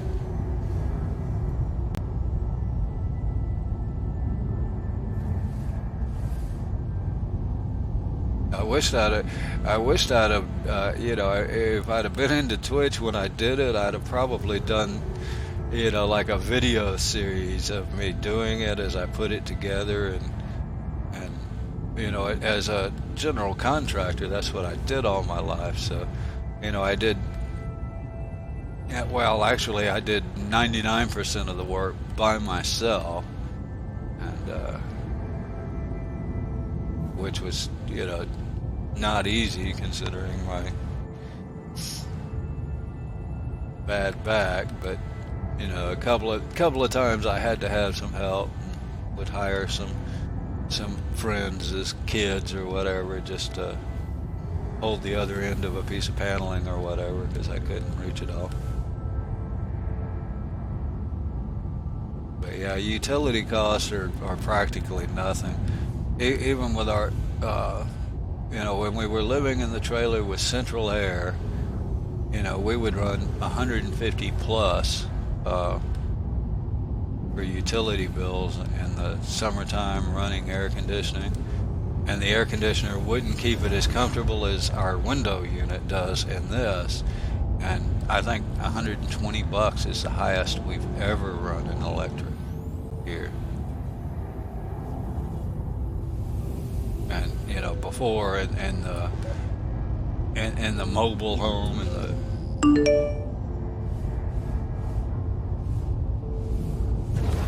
I'd love to have that, but shoot, that'd cost more than a house. Solar panels are expensive. I mean, even the grid connected solar system is what I kind of thought, because it's cheaper. The battery packs and everything cost a good bit too, and they're the only things that wear out too. I mean, so you can connect solar right to your grid, and reduce your cost and or actually get paid back if you generate more than you use, kind of thing. But I thought about that, but again, you're talking about the same amount. I mean, anything would go. It looks like something. No, stop. No, just more cactus. I ain't finding a lot of cactus, but nothing else.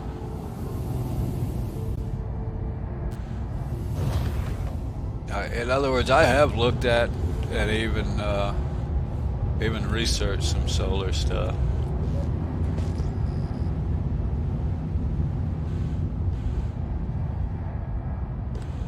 As well as the windmills, same thing.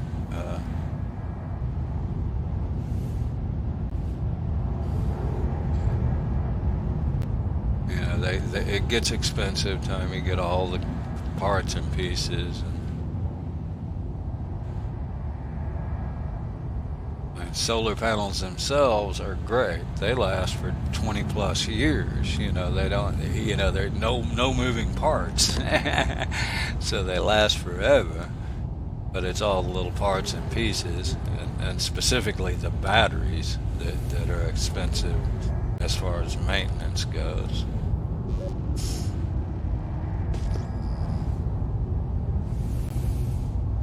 In fact, a good friend and one of my uncles both have solar.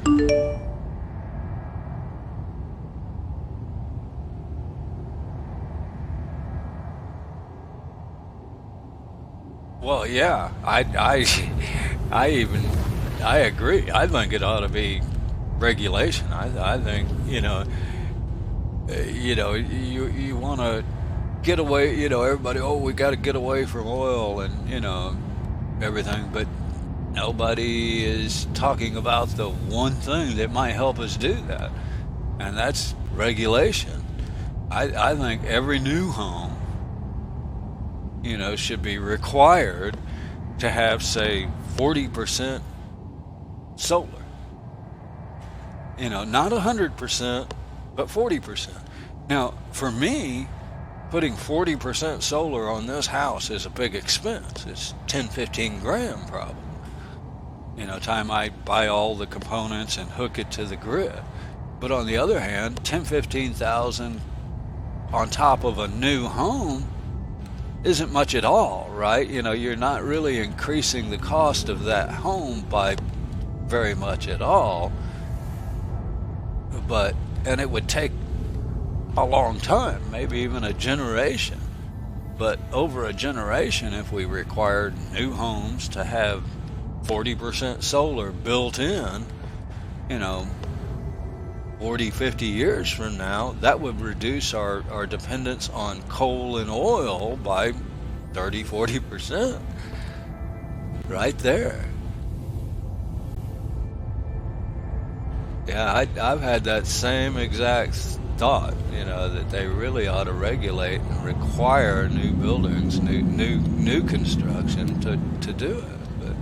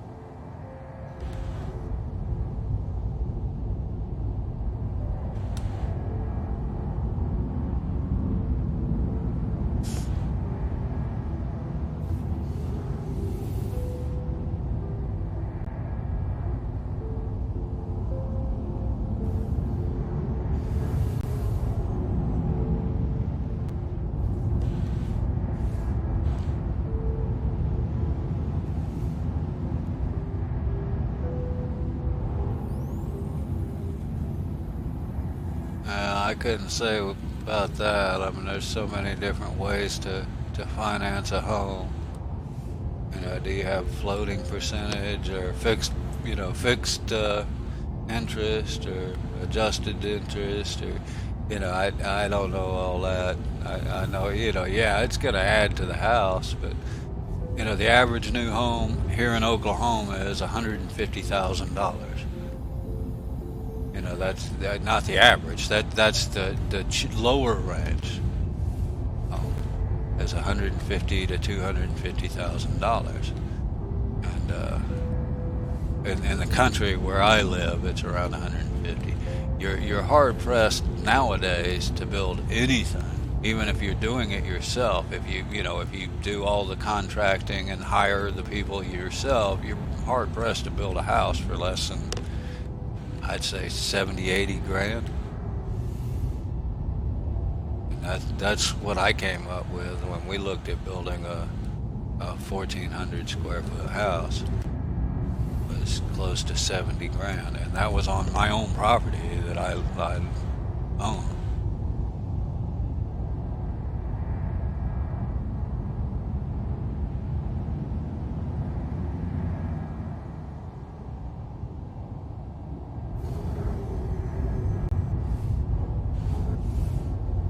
Okay, well, that's a start. I mean, even that's a start. If it's solar ready, I'm not sure what they mean by solar ready. I mean, technically, any house can be made solar ready after the fact. It's just, so I'm not sure what components they're requiring to be solar ready. Hydrogen fuel at 50%. But yeah, that's a start. I mean, yeah, it costs more, but what are we going to do? Just ignore it for cheap cost until we run completely out of coal? Which is where we're headed, right? I mean, coal's not going to last forever.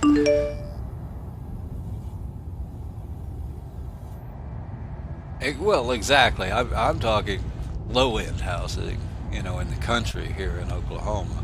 And yeah, the cheapest you're looking at's 150 to 250,000. I know the average home you can put solar on for around 20 grand. So when you add 20 grand to 350 plus, yeah, it's not a huge increase in upfront cost. I mean, it's definitely going to cost more. Solar is a, solar you pay for upfront. Then you get benefit for it forever, right? Or not forever, but like I said, the solar panels that they build now have a 20 plus year lifespan. So you have a long benefit time, but they are upfront cost. It's pay for your energy upfront as opposed to paying it monthly to that energy company.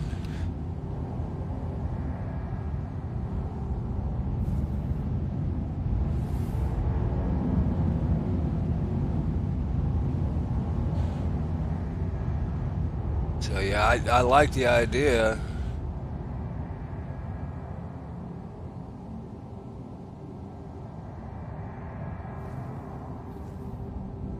Okay. Well, see, here you don't have, I mean, you can, in other words, I don't have to put my solar panels.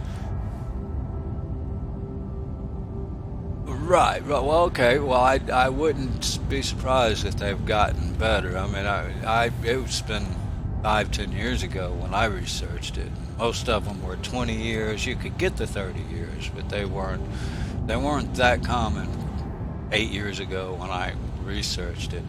So I have to assume they're getting a little better now. So yeah, 30 years sounds reasonable to me.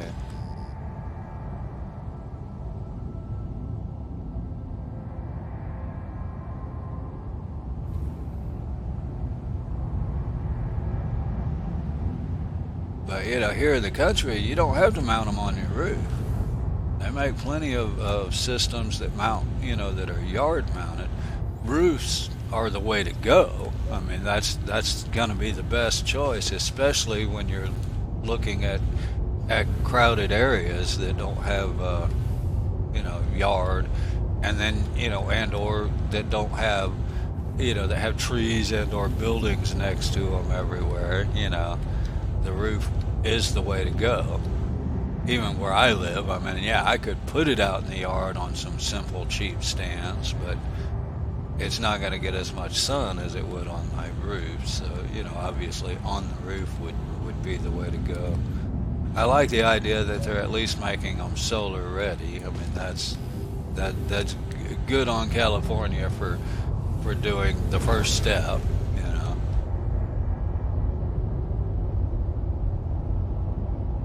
They do usually do first. I hate to say it, California is usually a pretty good place for coming up with new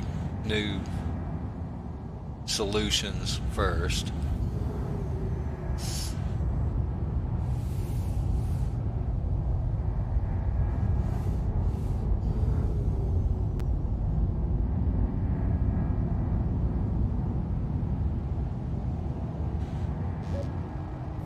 I can't believe I haven't found one mineable ore node or anything of any kind.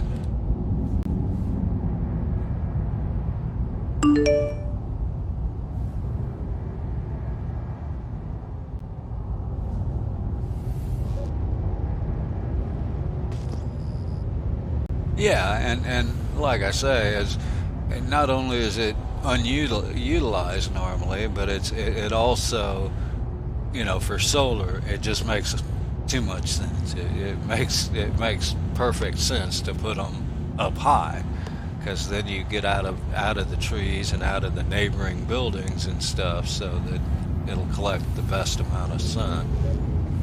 So yeah, that is obviously the best choice for solar.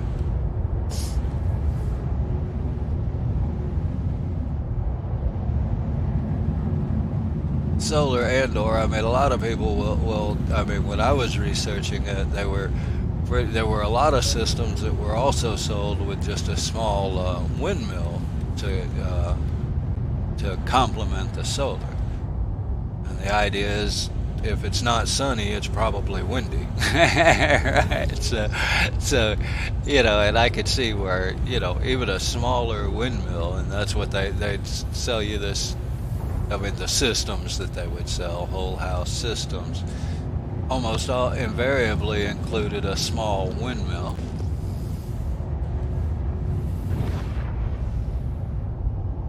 I don't know if that's still true. Like I said, I think it was about 8 years ago that I kind of looked into it. It was several years before I built this. This house we're living in is 4 years old, so it was several years before that. Because at that point we were planning on trying to build a house.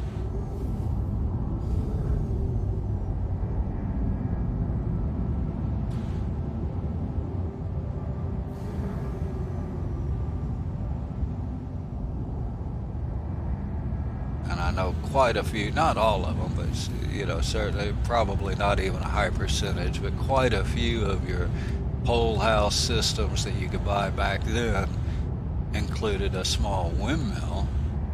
And I guess just to complement the solar, if you had 2-3 days worth of stormy, cloudy weather, at least you had some energy coming in, hopefully enough to run your freezer.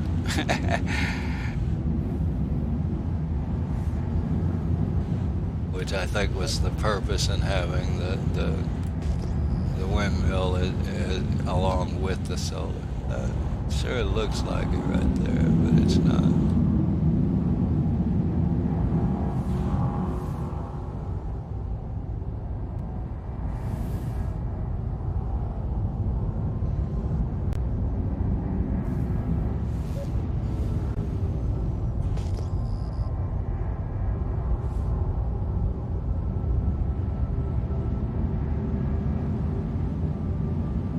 But you'd be amazed at how much we waste in energy. And I mean, I still do it now, and it's a matter of convenience. But people don't realize how much actually uses electricity. I mean, think about this. Everything in your house that has a remote, your TV, your DVD players, game control, everything that has a remote has a static energy drop. Even your door buzzer, your doorbell has a static energy drop. And when I started researching solar, because I mean, to go like all solar is tough. And you really you really get to where you really have to count watts, like counting calories on a diet. And just for fun, I mean, an example of that is right now I have we have 5 items in my living room and kitchen that have a clock on it. Only one of them we actually use at any given time, but we have 5 items that have a clock. I went through one time after doing some research about solar, turned everything off, even my PC. I mean, if you wanted to watch TV, you had to go turn on the strip, the strip plug, the breaker strip. Like you use on computers. I had that on everything. And you had to go turn that on if you wanted to use the TV. Then you turned it off when you got done watching the TV. And just doing that, not changing a thing other than turning all the clocks off and all this static usage that most of it I wasn't even aware of, was $12 a month. That's how much I saved for 2 months in a row by using the breaker strips that you use on your computer and your electronics now. I had that on everything, and we saved $12 a month off our electric bill without changing any electric usage, just by removing all that static use that we had. You know, that's crazy.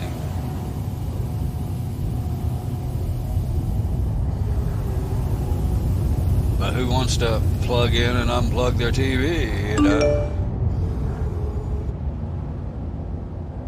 Yeah, exactly. Call it, yeah, I'm sure it has a name. I just call it a static usage. It's using it whether it's turned on or not. And when your TV is on standby anytime you turn it off, if you turn it off with a remote, it's on standby. And it's still powered up. It still has power going to it. Otherwise, how does it know when you hit the on button on your remote? I mean, there's a transceiver, there's a receiver in that TV to receive that signal. That receiver uses energy. It's not much, but, when you got 4 TVs, with remotes and, everything in the house, including my coffee pot, has a clock now, So yeah, you end up with quite, like I said, we saved $12 a month for 2 months in a row. Of course, it got to be a pain having to get up and plug the TV in, every time you use it. Well, not plug it in, but turn the strip bar on.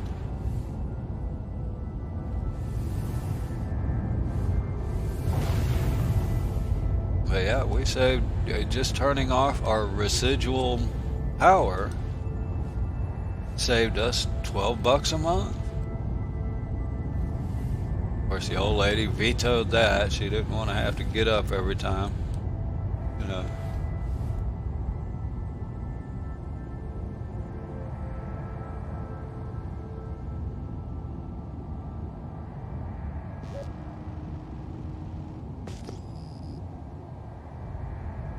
Okay. I think I've about run out of fuel here. How much fuel do I have? One of these buttons. I've used over half my fuel.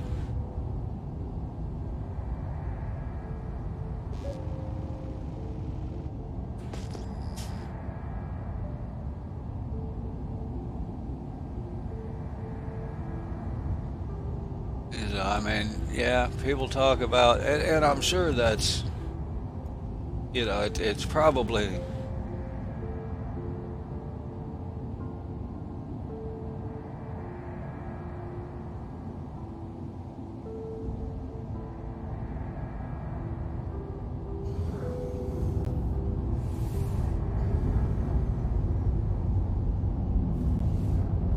oh yeah, well, I'm sure nowadays it's becoming standard to do that. We've historically we've become very wasteful, particularly, and I hate to say it, but particularly here in the U.S. And not just with power, but obviously power as well. And now that people have become aware of things like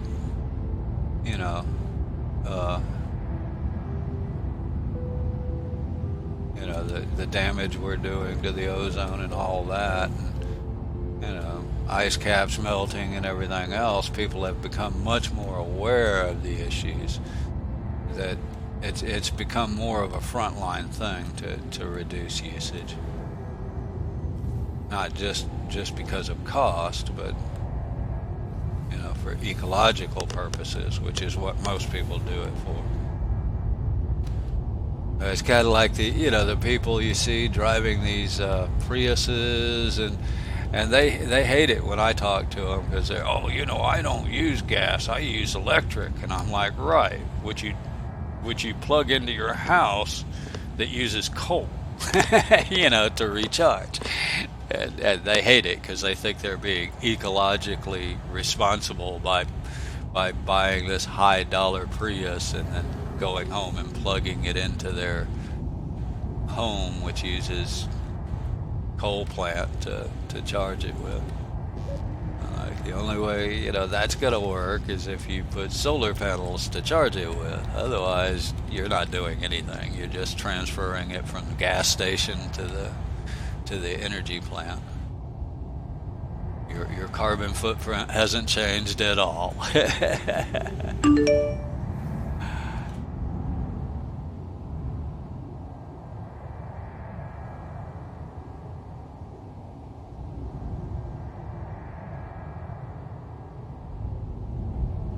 Oh, well, that's true. But yeah, I mean, here in the U.S., there's very, you have a point. There is hydro and nuclear.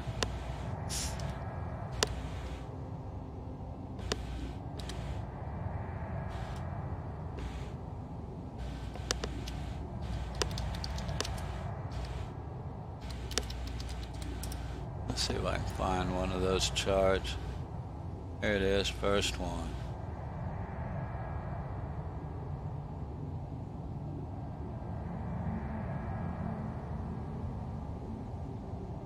But coal is this big chunk. Here's natural gas.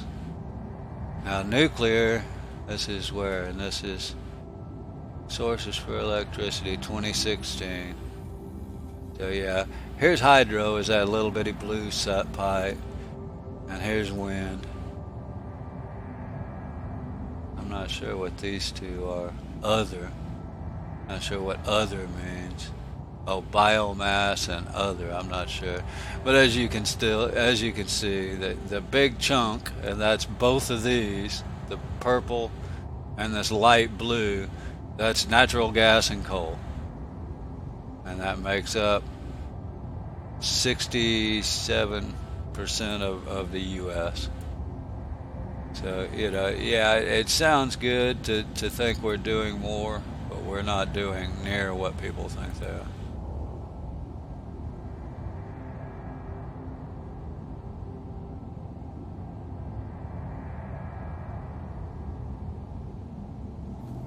Well, that's cool. I mean, yeah. Yeah, natural gas is better than coal, but it's still pretty bad. I mean, it's touted as being energy clean, but it's not. It's better than coal, but that's not saying much. It's certainly better. It has a lot less emission, so that's, it's better for the atmosphere. So yeah, that's the. Oh, okay, yeah, geothermal. That would be true. They also use biomass as its own category, but and that's better than what I thought it was. But we still use 60% either fuel oils, coal or gas here in the U.S.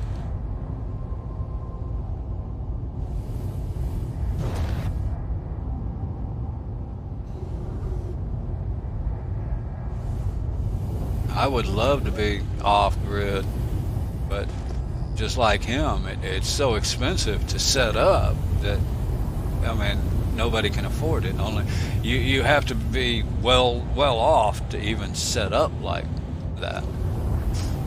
I mean, to be 100% solar, for example, I mean, you're looking at 40 grand, 50 grand to set up an average house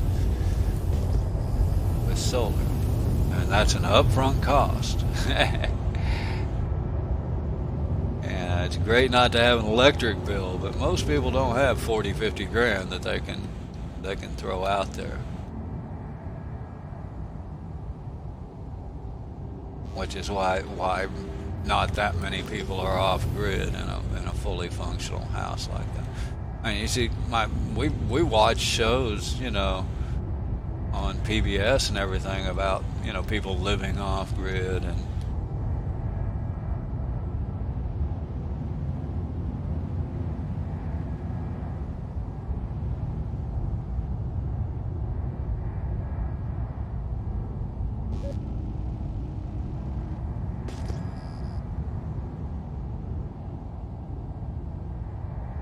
of the Asian. Well, you're probably right, crazy. But then I would also have to assume that we have more resources to do it. In other words, you're right. A lot of Asian countries probably are worse than we are. I mean, they don't have near the solar and other things like we do, but then they're probably a lot, a lot have a lot less money as nations or regions on a whole than we do to start with. So they certainly can't afford to build hydroelectric and wind power plants like we can. I mean, those again are high investment, long-term return. Coal plants are much, they're much cheaper to build and they're much faster return. So that's why they became so popular. That's why so many of them were built. Now nuclear is the thing. I'm not real fond of nuclear either. It's one of those necessary evils if we're going to get away from coal and gas. But if you look at Chernobyl and the issues in Japan, in the 80s, whenever that accident happened. Yeah, I don't like the idea of nuclear because we just can't control it.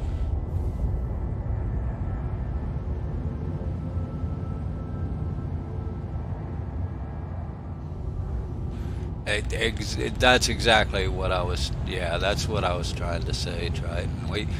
There are countries, I'm sure, that are worse than we are about using coal, but that's because they don't have the resources to do anything else, and we do. Even as limited funds as I have,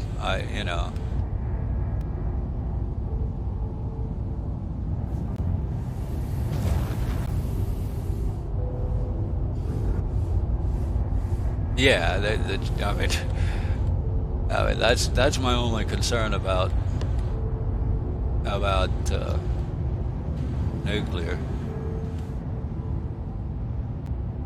I mean, Chernobyl won't be livable, literally won't be livable for tens of thousands of years. I mean, that's crazy. Okay, now I'm not even getting my scan things.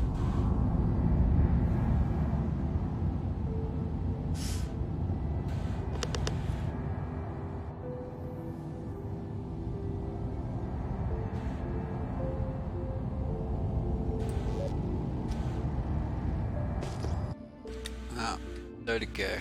Okay, well that isn't bad. 2.5 hours, I can't complain.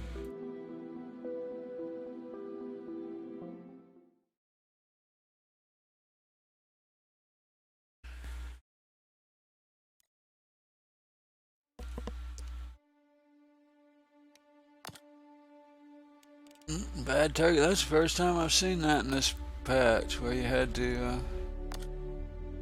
have to exit the game to get out of that.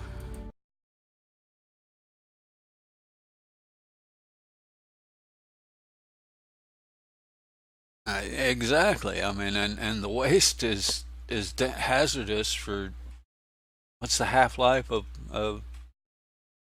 plutonium? 110,000 years.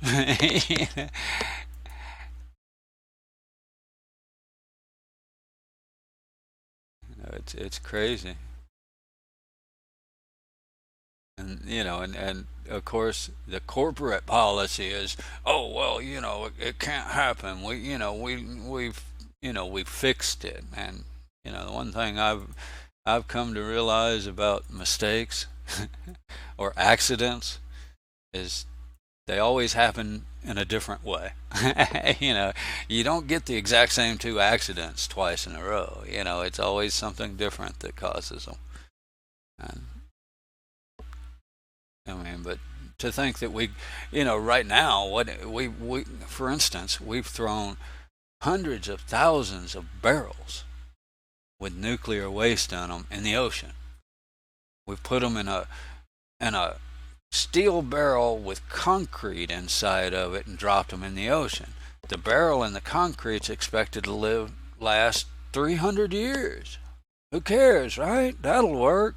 Except for the nuclear waste that's inside will be dangerous for 20 to 30,000 years. So, we've already done a lot of damage. Now, there is radiation naturally, and it's no higher than the natural radiation. Well, it's gonna be if we keep concentrating it and putting it in certain spots.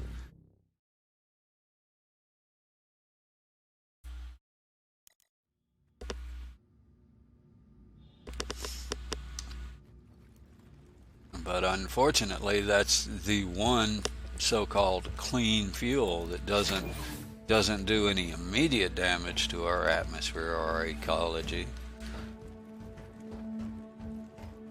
But to me, it's like, it's kind of like sweeping it down the road, letting our grandchildren and great-great-great-great-grandkids deal with the problem.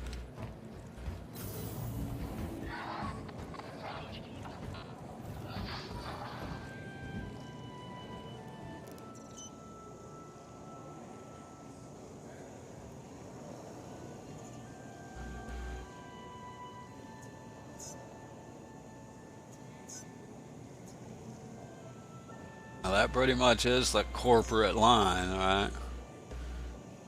Well, what do you care? You won't be around to worry about it. Science will fix it. By then, science will fix it. That's kind of the solution. People understand a great injustice.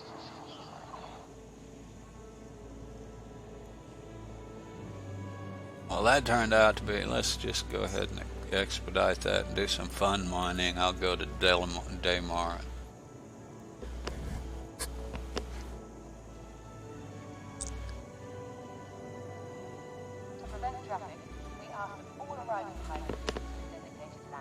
I don't, the problem is I don't have the solution. I'm guessing nobody else does, but I know the tracks we're on is non-sustainable. That much I do know.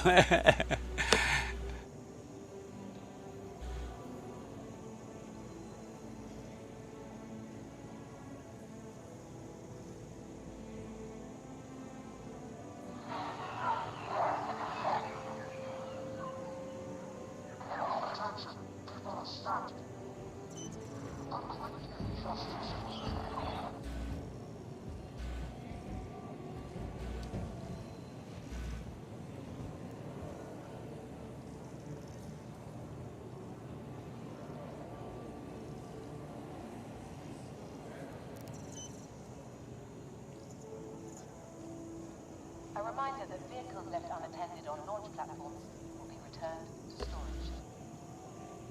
Yeah, it'll take somebody smarter than I am to figure out an actual valid, legitimate solution. Your ship has been delivered to the following landing pad. Short of going back to the horse and buggy days, which nobody, including me, wants to do.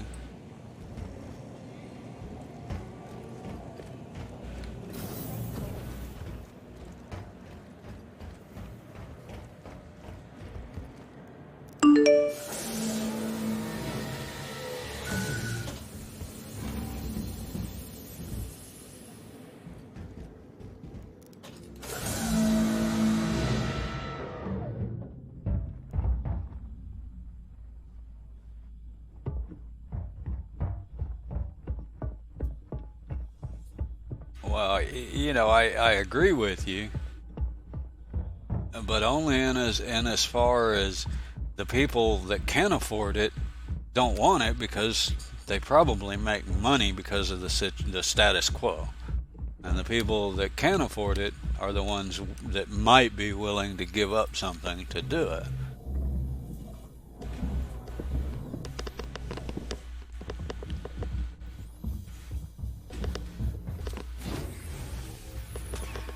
I know here in the U.S., big corporations basically run the country. I mean, they make decisions.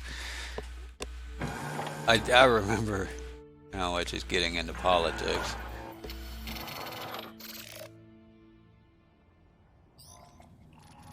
but a reporter stating, they can't win without corporate support. Talking about some politician and whatnot. I'm like, huh. I wonder how they did it before corporate entities were around and supporting them like they were. Personally, I don't think corporate entities ought to be able to donate or influence our political process at all. But I think to donate to a political process or politician, a political candidate, or anything else, you ought to have to be a registered voter, and every registered voter ought to be limited to a set amount of donation. That would eliminate corporate influence, which to me seems like a good bit of the problem as to why our governments can't do anything.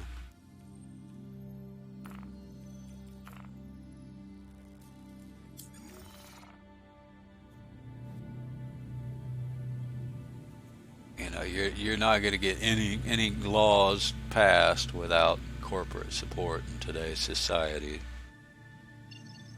And if I remember my history, it's supposed to be a government of the people, by the people, and for the people. Doesn't mention corporate entities.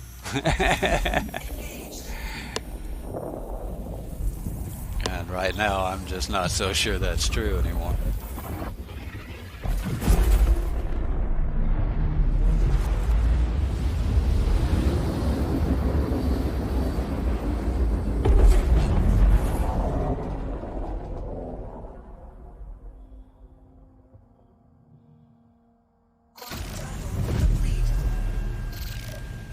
This thing's quantum drive sure spools down fast. Guess that goes by how far. That one hopefully is in.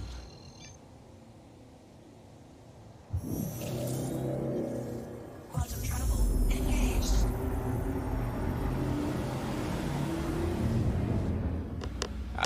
I agree wholeheartedly with that statement, right? And I personally think that no group of people, whatever group, be it religion, corporations, whatever, should have no more influence than the individuals as a whole. Like I said, if I had my way, then only a quote registered voter should be able to donate to any political process or influence any political process in any manner. And then even that should be limited to where the average voter can do the max. And by that I mean every voter can donate up to, say, $200 or $2,000, no more. But of course that'll never happen because the corporate lobbyists would smash that before it ever even became public knowledge.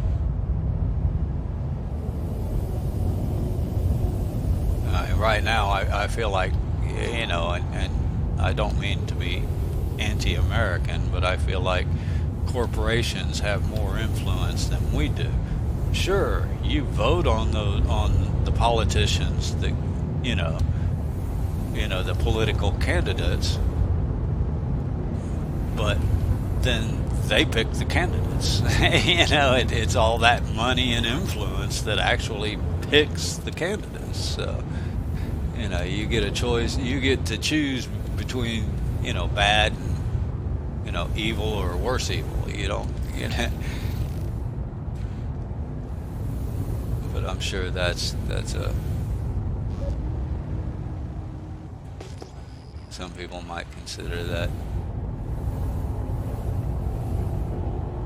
anti-American belief somehow. I don't know.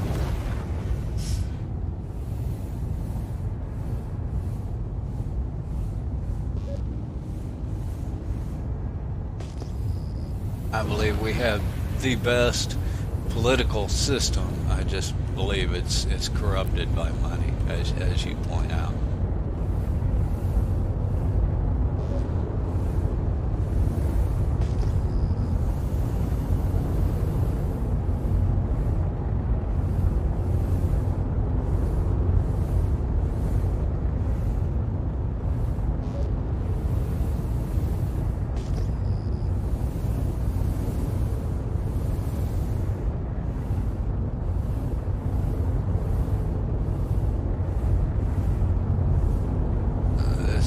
ship mining node. Yeah. See, it looks like a odd circle. That's a node. What is that? Is that a...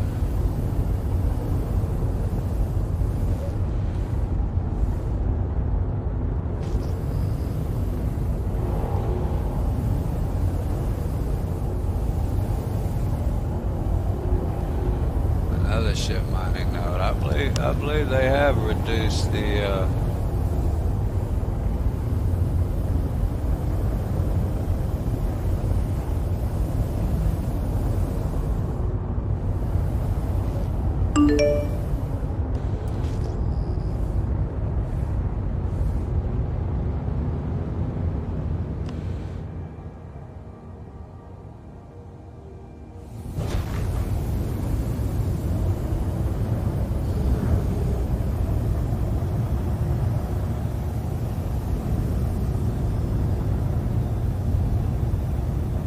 in its current state. I would have to agree with you.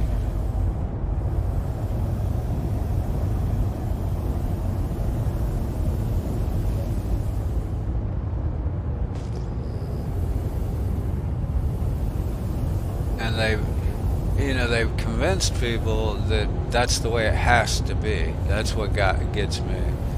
Is, people at this point do not. Wow, are these all?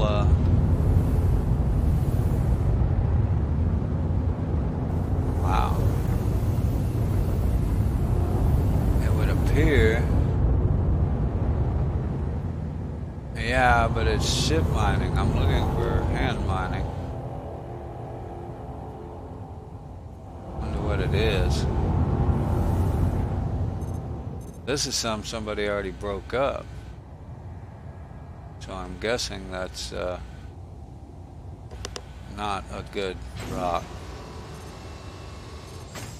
Mining mode on. Scan complete. Yeah, empty. Scan initiated. Scan initiated.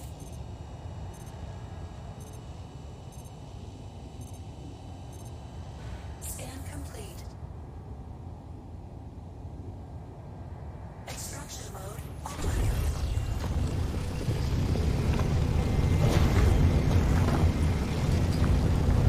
I don't know if that's worth anything, but Scan initiated. 58% quartz. I don't think quartz is worth anything. I don't know. I haven't even looked at the ship mining. So that one's empty. This is something somebody else already broke up.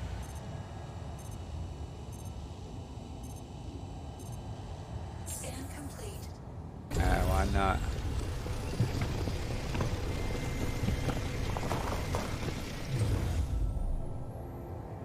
Scan initiated. See, the blue ones mean you can suck them up. You don't have to break them. Scan complete. You know what, Captain? I just thought of something. I said, When you go, that theory that if you can find things with fruits on them by pinging them, there are fruits down there in the cave. You don't see them. very good point. Complete. Yeah, very good point.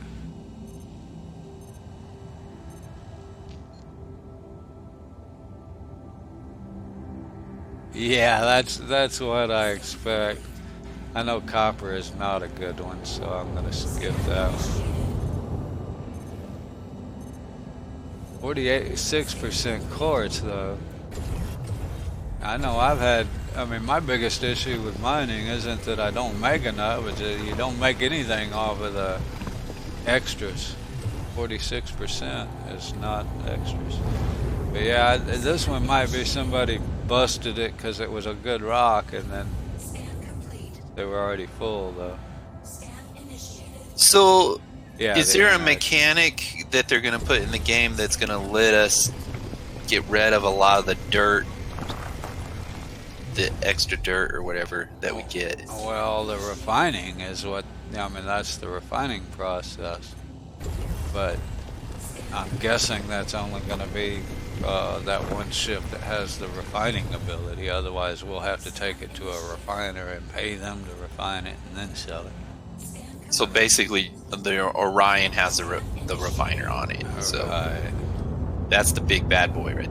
Yeah, I guess that's so. Basically, you're gonna have to have an Orion, or pay it and take it to a refiner and pay a small fee, and then you'll make more money off of it. That's kind of what I. But that could be wrong too. I'm just gonna go ahead and grab some of this since it's already busted. I don't know why.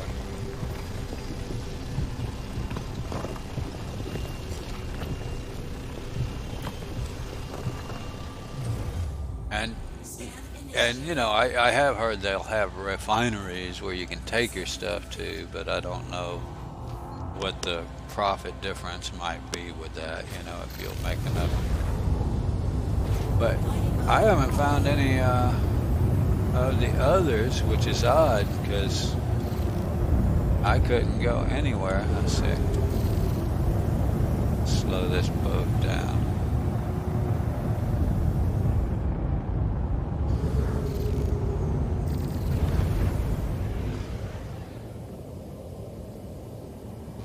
Well, that's kind of what I think they're going for is exactly that.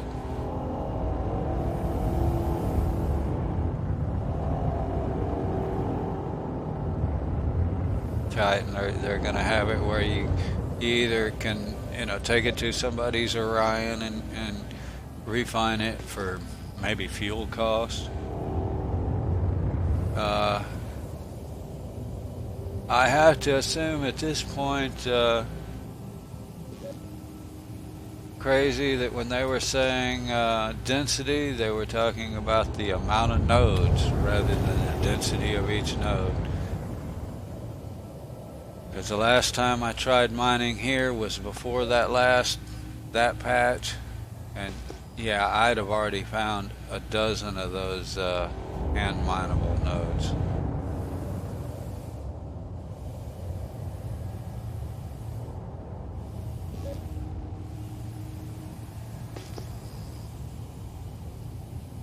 And I haven't seen any yet. It's not to say, oh, there's one. No, I didn't know there isn't. Huh. Yeah, I think they reduced the numbers of, because before I could go anywhere and just, I mean, you couldn't not find them.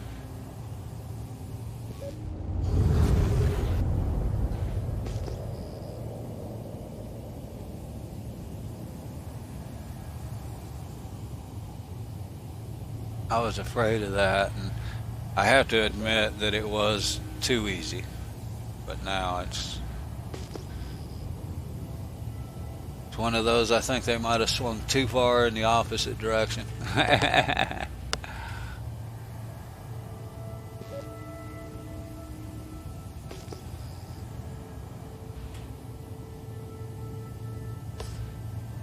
Probably to promote the cave mining.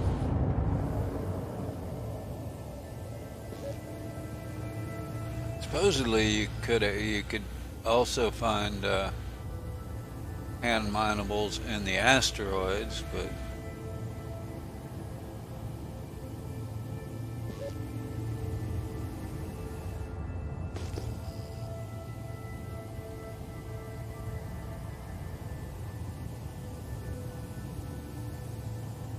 we'll see. Sometimes it seemed like I'd get in a dry spot like this. It seemed to be like up against mountains and or ravines that you could find the ores.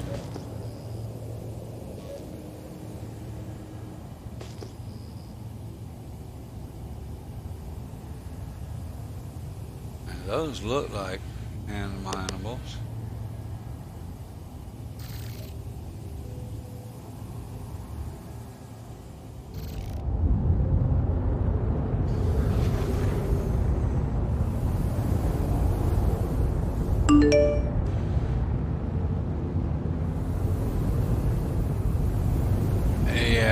that's one of the reasons that, and the other thing is it's a lot harder to find them.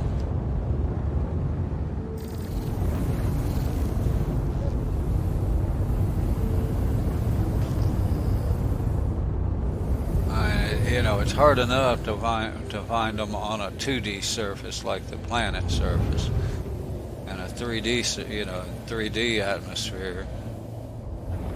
It's just that much harder to find any nodes. Now, see this ravine. That's where they used to be, like just everywhere. I may be borked. I'm seeing some weird looking. Am I still in? Okay.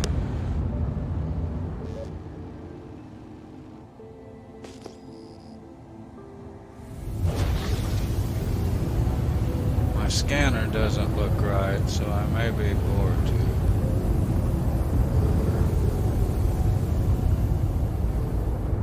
Or let's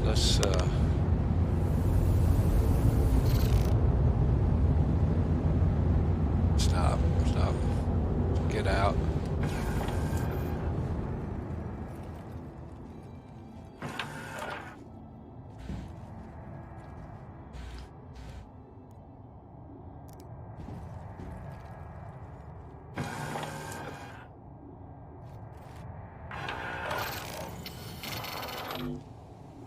Now, see how fuzzy that line is? It wasn't that way a minute ago.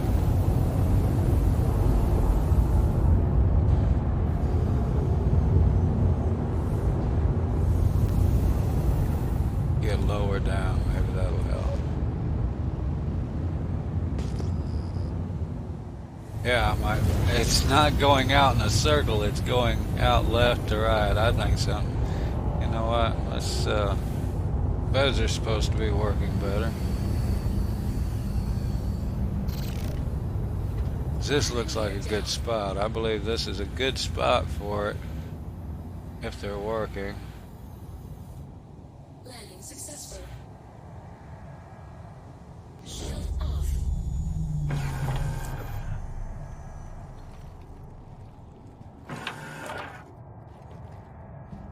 I try a bed log out since they're supposed to be working so much better now.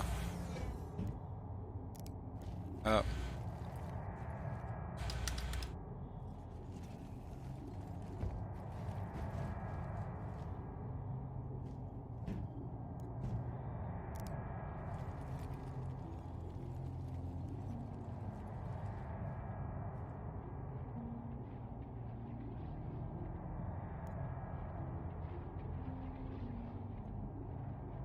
I don't see log out. Yeah, they work great. I just disabled them. Oh, there it is.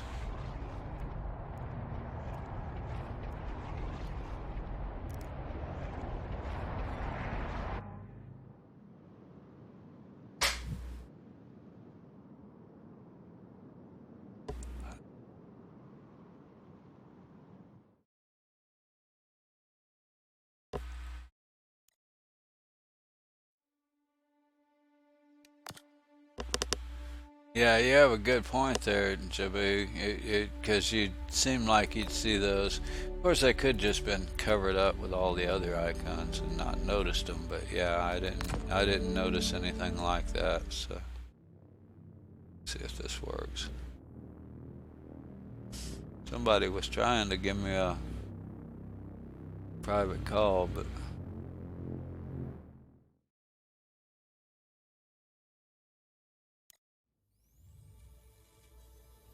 Bed unavailable. Yay.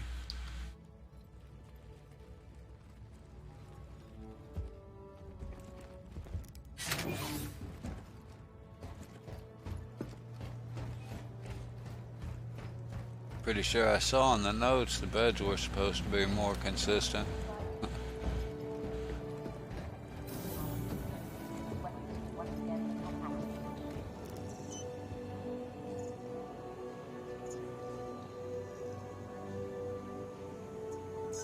And this is where they're gonna have a problem. People aren't. When this goes live, they're not going to want to have to reclaim their ship.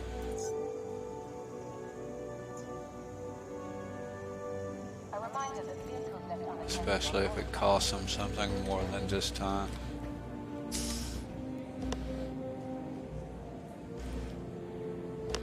Take just a break, a second, grab me something to drink.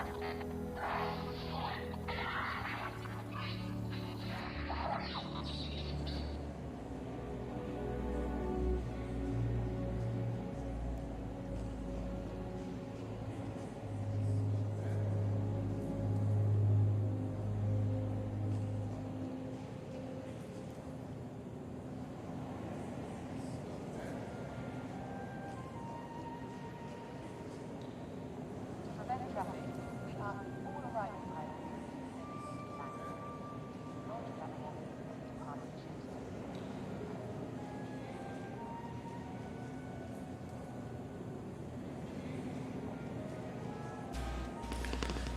Alright, my ship should be ready.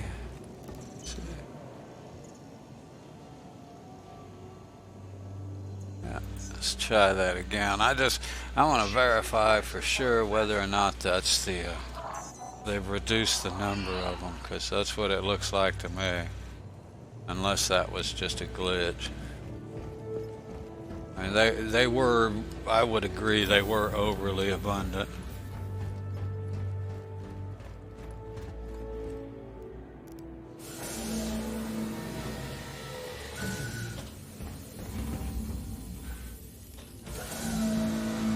Unfortunately, it looks like they may be underabundant now.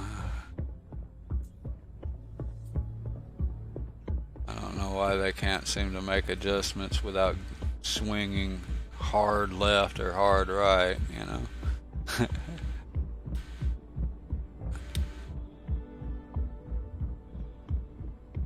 Hate for these guys to work on an engine, boy. They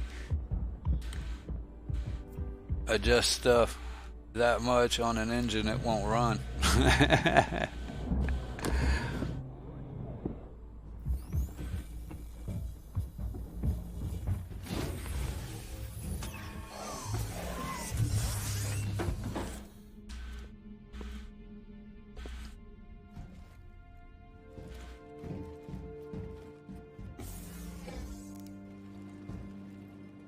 Sarlacc? I don't know that fellow, I don't think.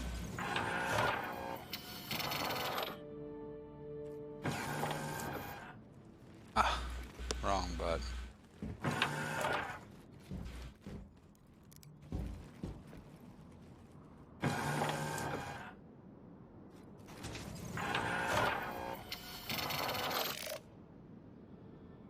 Hello, how can Miss help you today?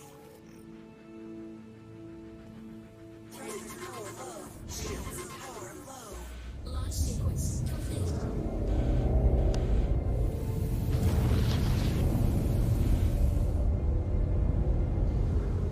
Thank you, and please visit again. Landing gear up.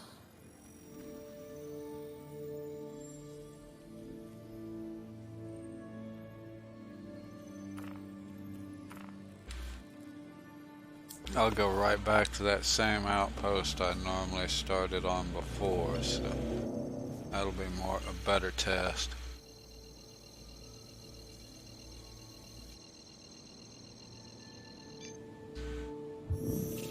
Auto travel engaged. It was the other Kudra, not the cave one, but the other one that I used to go to or aim at. And yeah, you couldn't scan more than 3 times without finding at least one, so. Interdictions. This thing has no shields to speak of.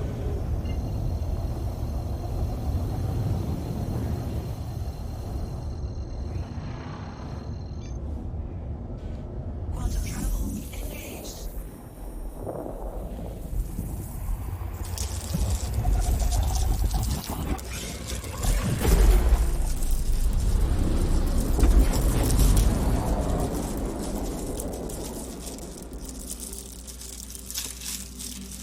Quantum travel complete.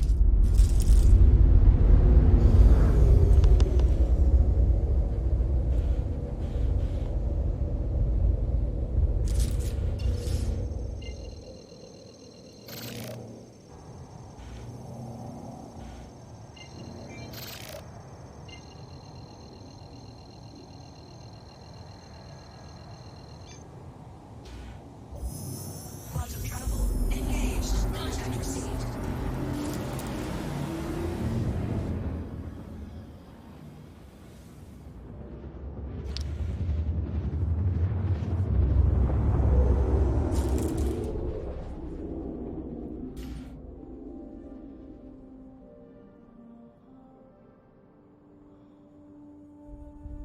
Quantum travel complete.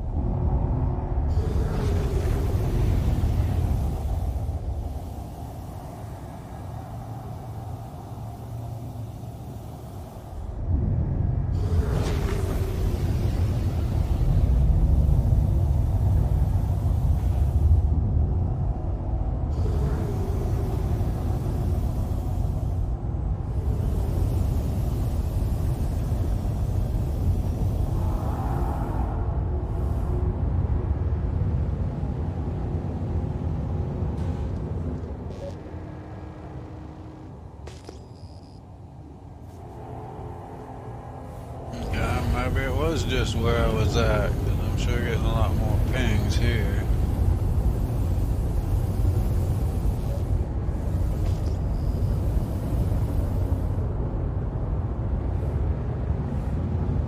That's a regular one.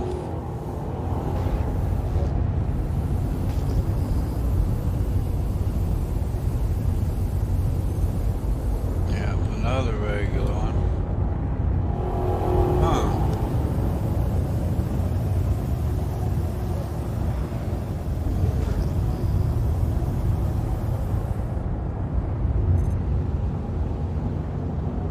More regular ones.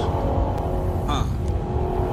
Well, before you couldn't get in here without getting a bunch of those hand miners, so I'm guessing they dropped those to next to nothing.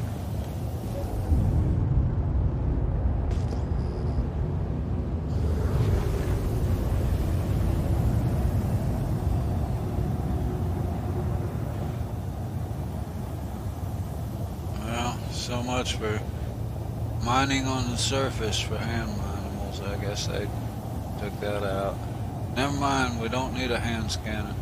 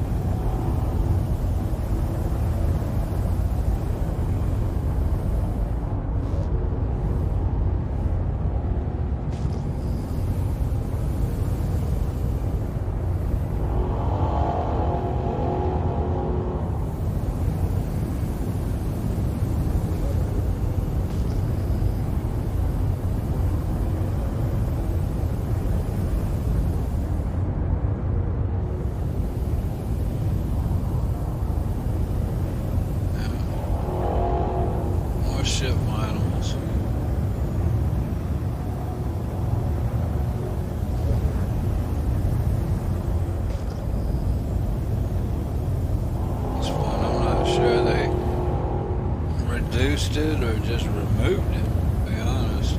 Almost looks like they've removed it.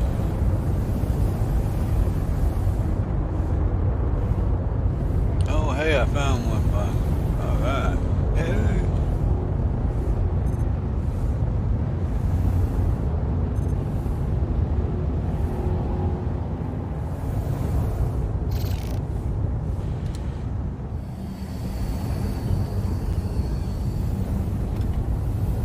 Landing gear down. Yeah, and this is why I'm saying the plant needs some mineable. I mean, here I am, literally right above that, and there's no way to tell it from any other rock. Same with the mineable, with the plants. You know, you can't tell it from any other plant, even at this distance. When I'm 15 meters away from it, and it just looks like any other rock.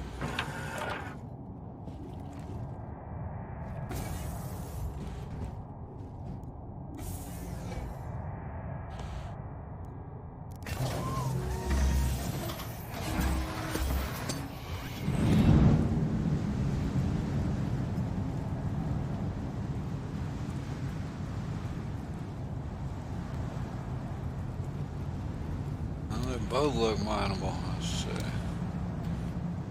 Quit my mining thing.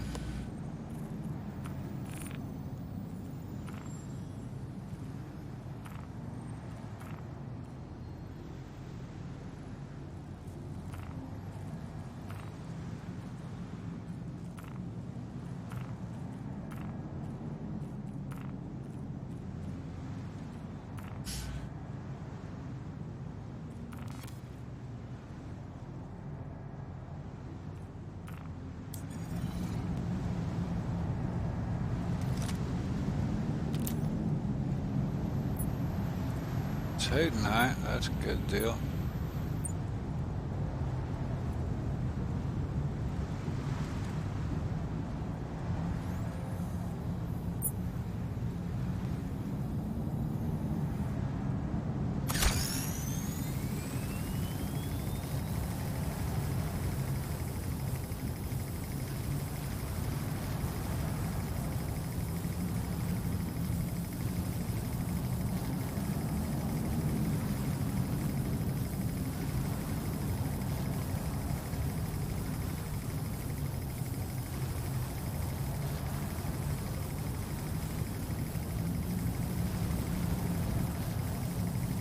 I don't like going above 84 because then you have overheat on your, just like your ships, your tool here will overheat. Or,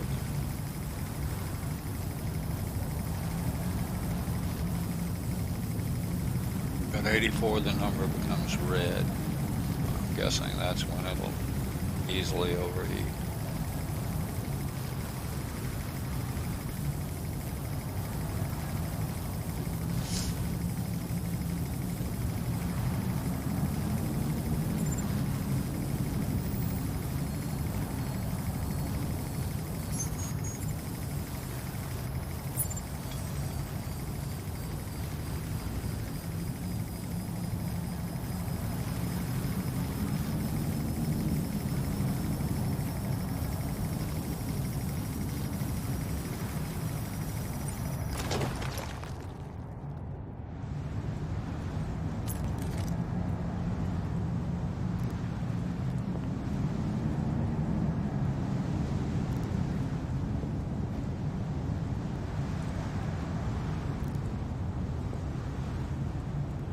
Yeah, they definitely reduced the numbers of these on the planet.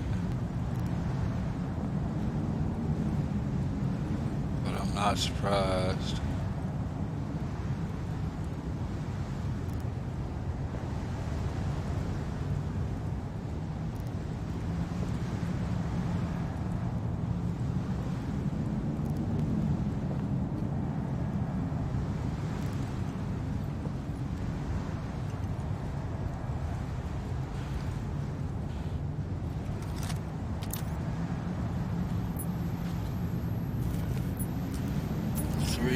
The numbers look the same. It's real close to what the numbers were before. So 3638, that's what I remember.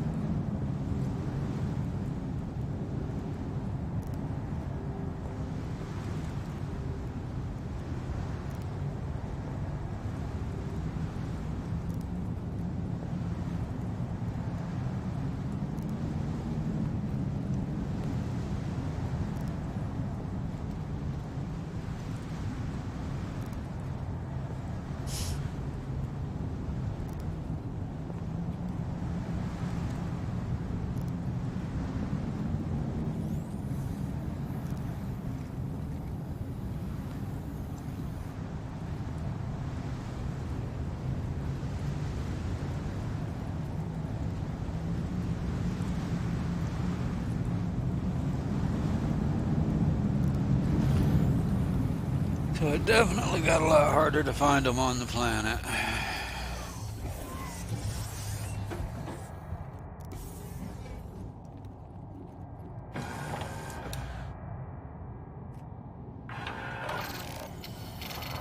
Launch sequence complete.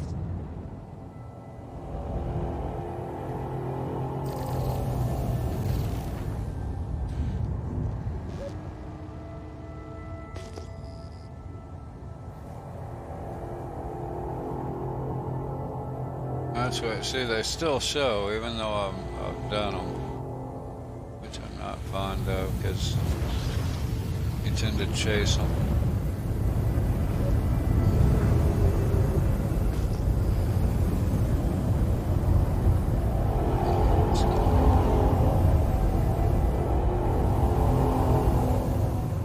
One of those has got to be bound to be new. I wonder which one.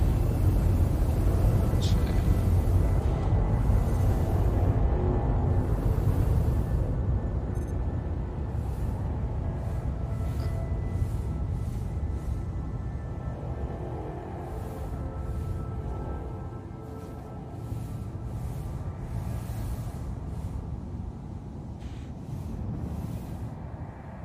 Landing successful.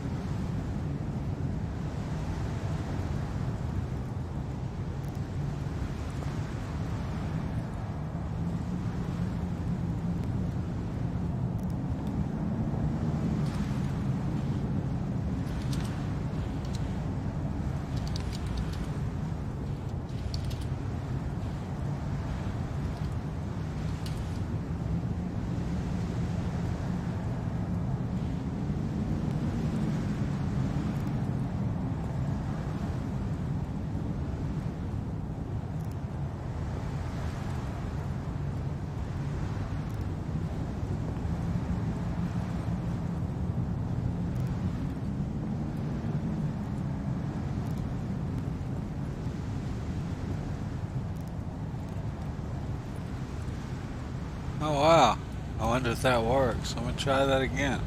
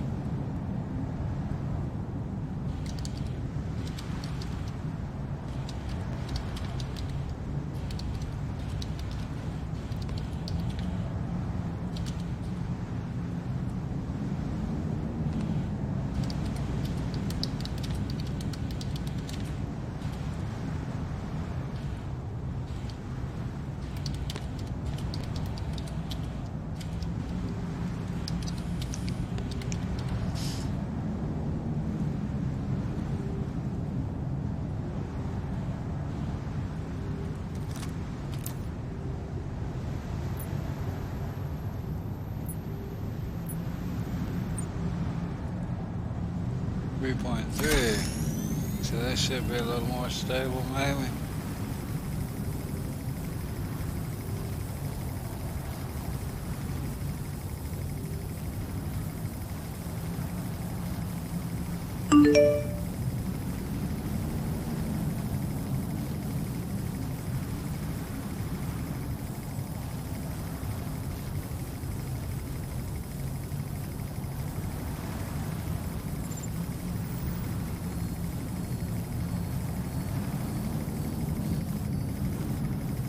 Oh, I thought somebody was trying to get rid of general chat. As it turns out, he was trying to get rid of a personal message or whatever it is when you call somebody direct, a direct call. Oh, okay.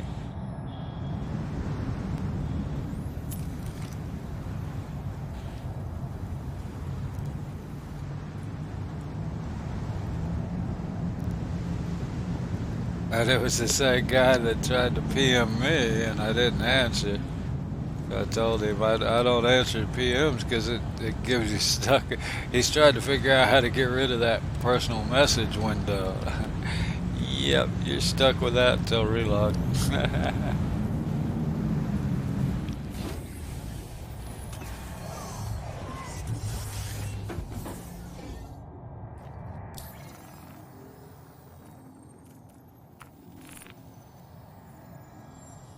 Here's the other thing. I sure wish they would allow you to look here.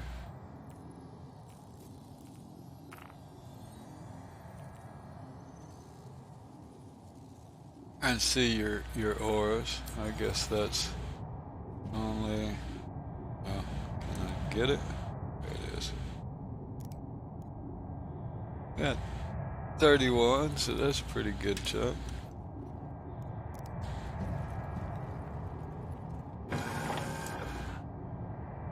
What works? What do you mean what works?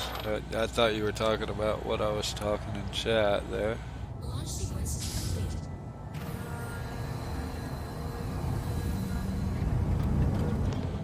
Landing gear up.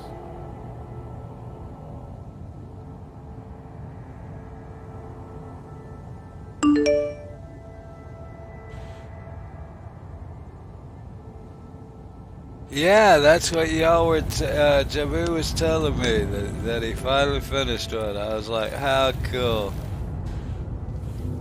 My biggest thing, I might have done a couple that were finishable, but to be honest, I'm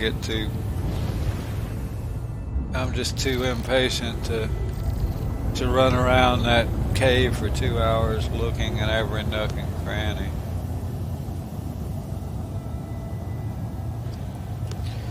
And then try to, then spend another hour trying to get out of there.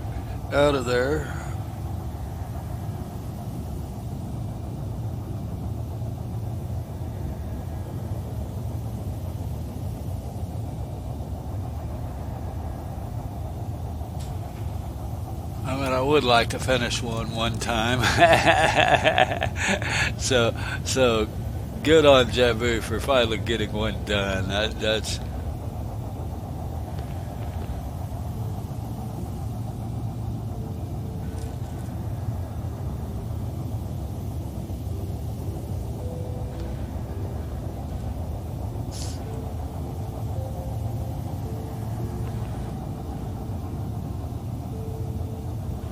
I suspected as much, and I've tried to follow them. But yeah, I always get turned around and lost.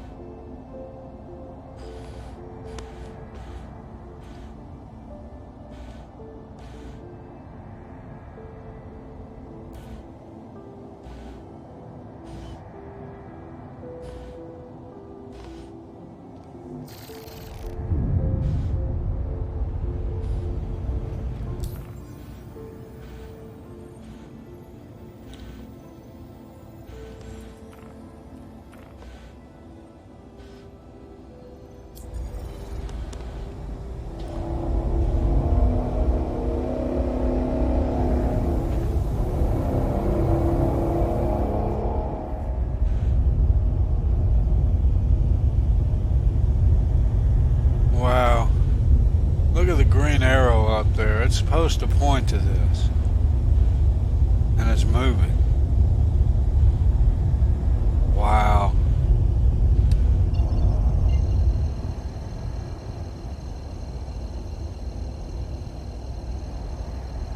I guess those are useless now, or they are in this ship. Seem to work in my freelancer. Quantum travel engaged.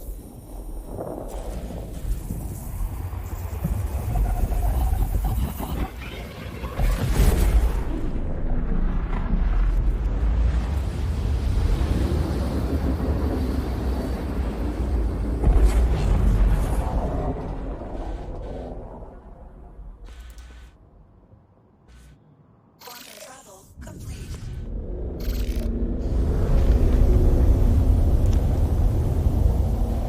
Yeah, I don't mind wandering around in the caves. Just to wander around in them, but I'm not real fond. Why am I must be getting shot at. Thanks, dude. Appreciate it. Wish I'd at least tell you who it was.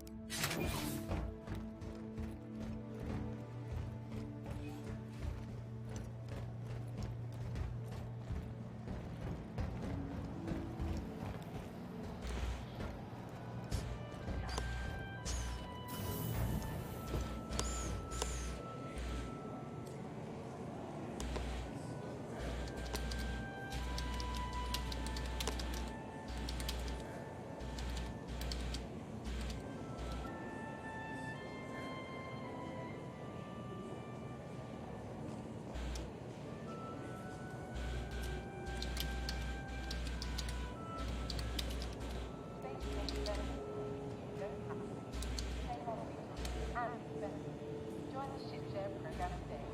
Line 7.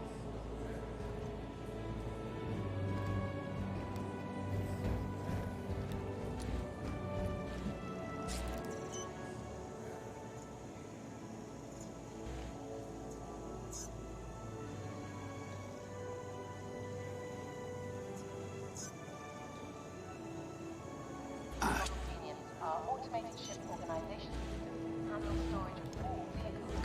To access your craft, consult one of the terminals.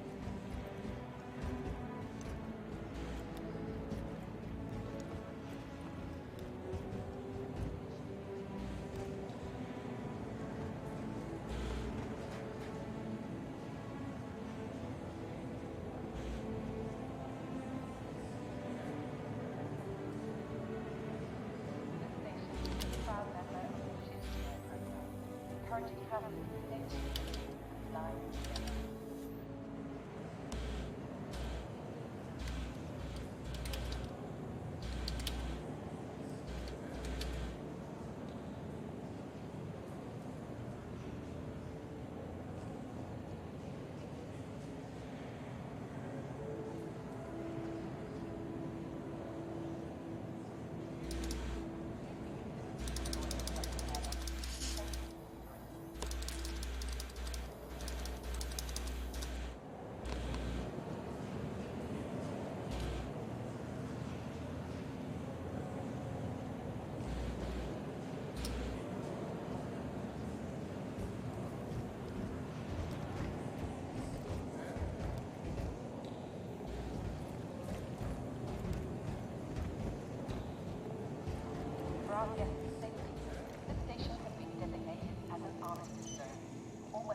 currently disabled.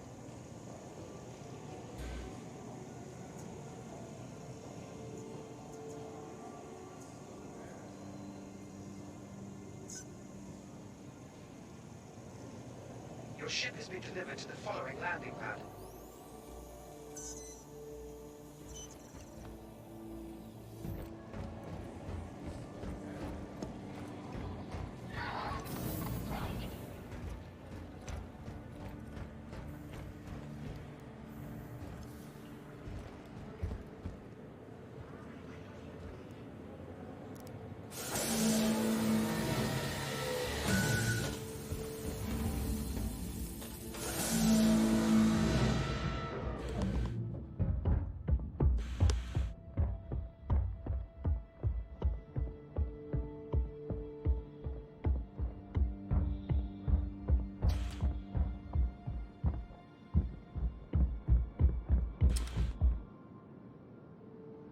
Oh, darn it, I didn't even change out my...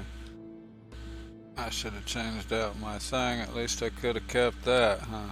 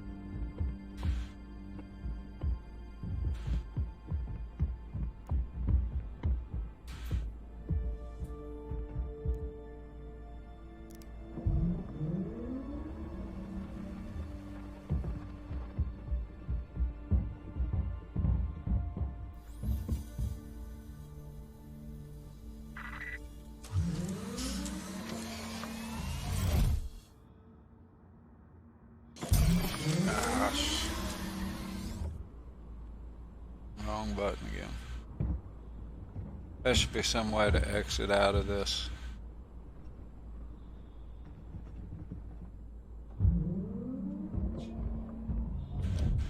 Animation.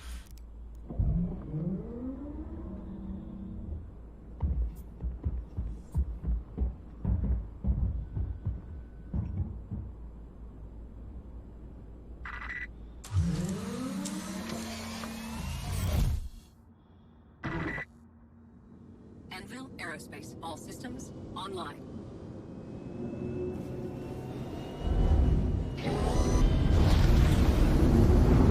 Landing gear raised. Thank you, and please visit again.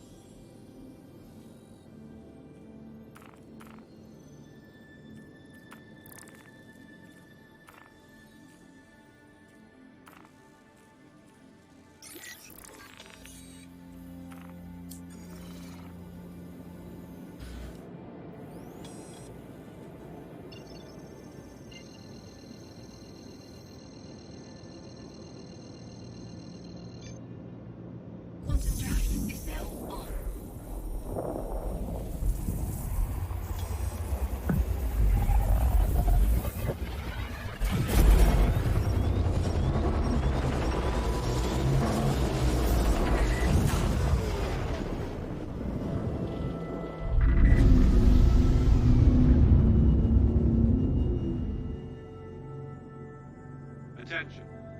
Please hold for your vessel to be scanned.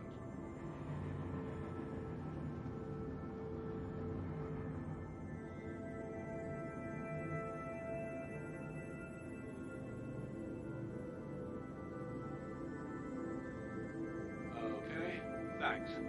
You're clear to proceed.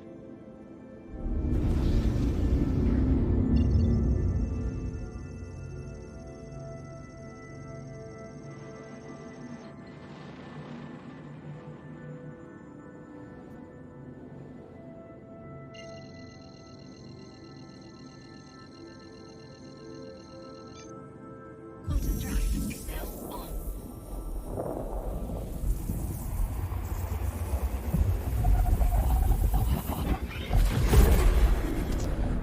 Haven't flown this one in a while, so go give it a shot. Trying to see who it was. It might have blown me up, but there was only one guy, Red. He was on the ground. He was inside PO.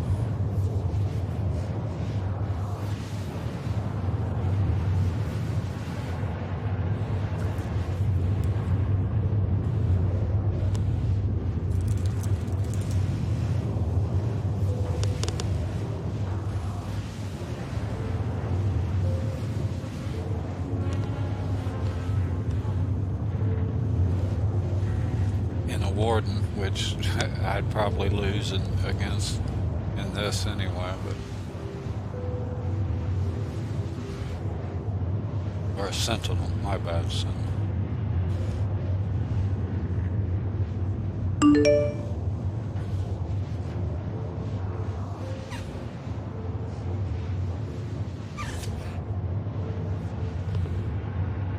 Yeah, I got those minables and headed back to PO, and somebody shot me arriving at PO.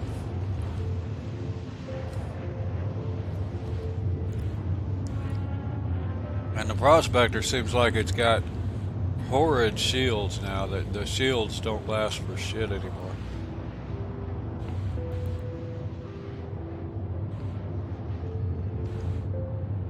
I got interdicted a while earlier, heading to Hurston, and I was still, locked in the quantum thing. I couldn't move yet, and they had already knocked my shields out 100%. I literally had 0 shields before I could even turn my ship. But yeah, somebody shot me coming into PO. I don't know. No biggie. I'm not gonna be too salty.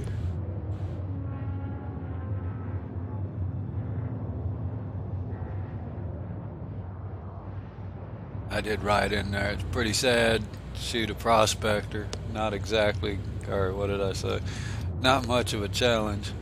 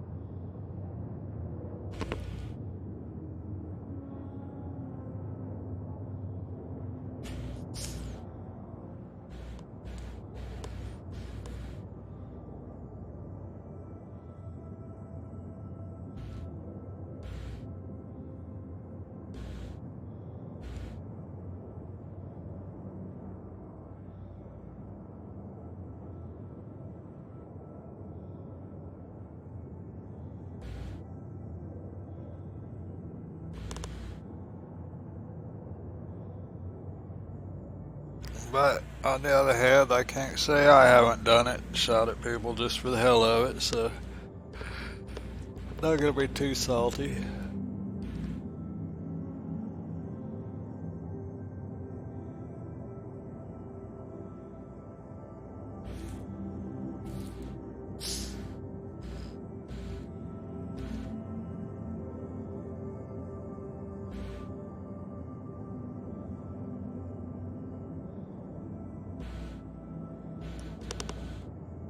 I get blown up quite a bit, so usually not too often by players, though, actually. Considering it's a PvP game, you know, open PvP game, can't really complain. I don't get killed by players very often, considering that.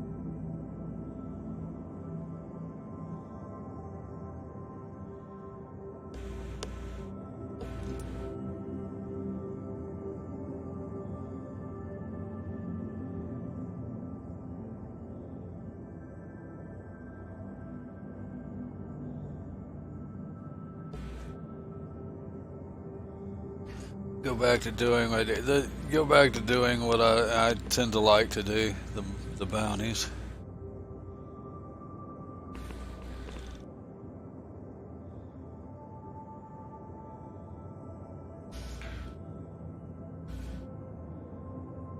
Haven't had much luck mining.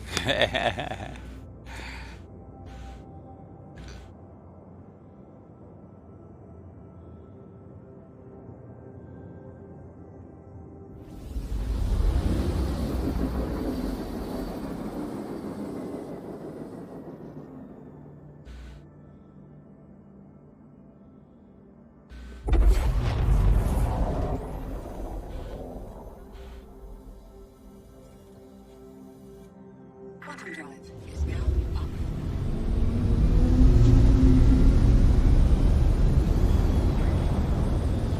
See, I guess I'm going sideways. Yeah, that's what I like the idea that they have the cooldown, but I don't like the idea that I have no idea what's. Yeah, I had cruise on. But yeah, I don't like the idea that it hides your flight controls to show a cooldown bar.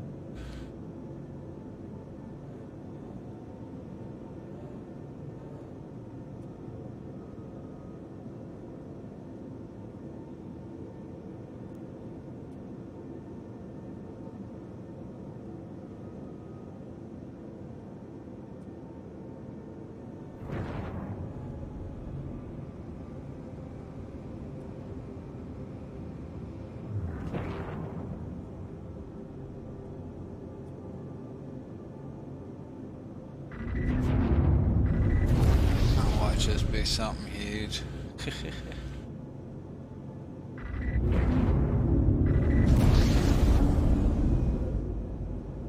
This thing actually should pack a pretty good punch. If all my gear's still on it.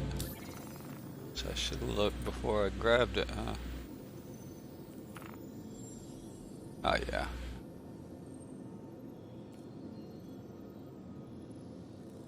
So actually it should do more damage than a freelancer. 3 mantises and a revenant.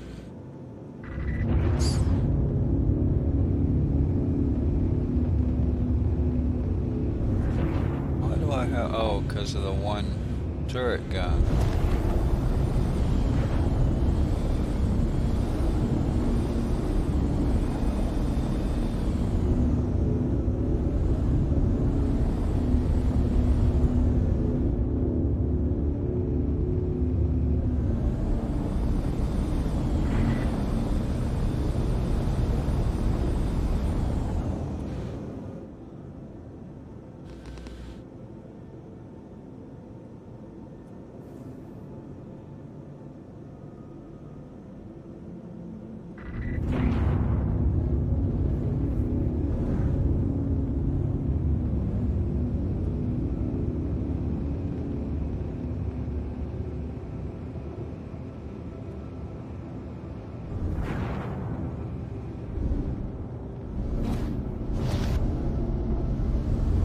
See how good I can do with fixed weapons today. Sometimes I can do okay. Sometimes I can't hit anything.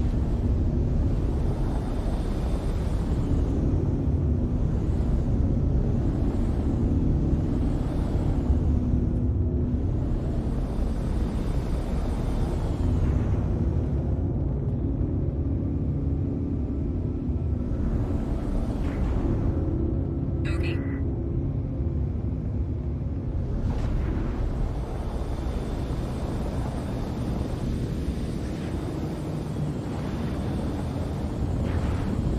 I hope that's not my target.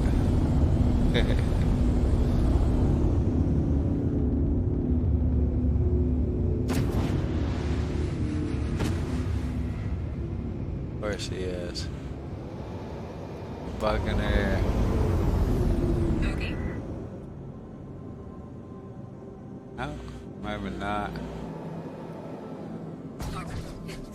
Target hit.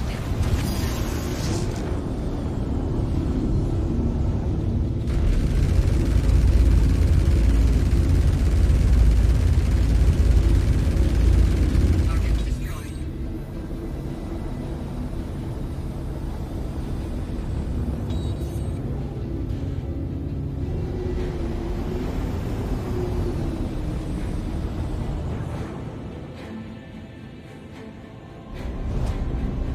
Valkyrie. Let's go take him on just for fun. See how long it takes this thing to take a Valk down.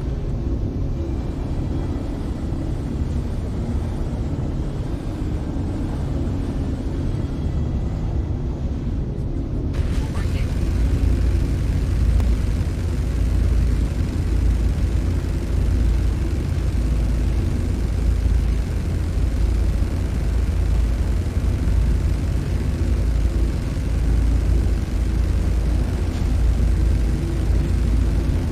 Target destroyed.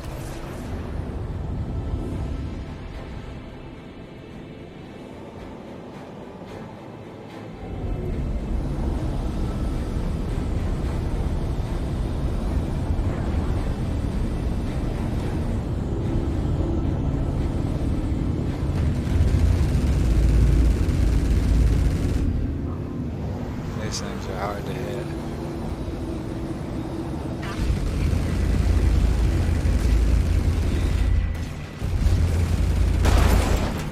Ouch.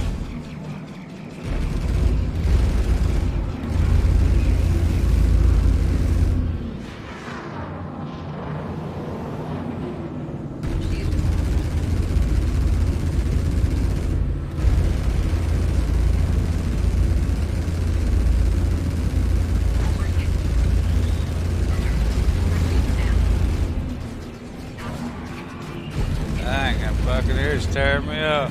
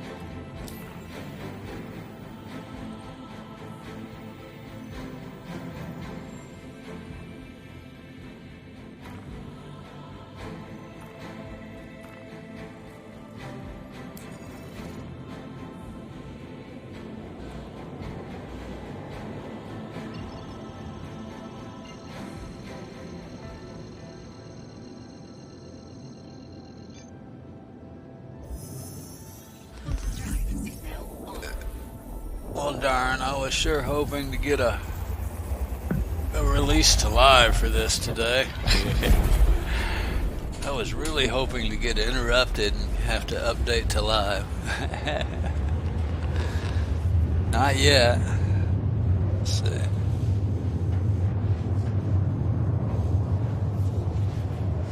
No new news on anywhere, so.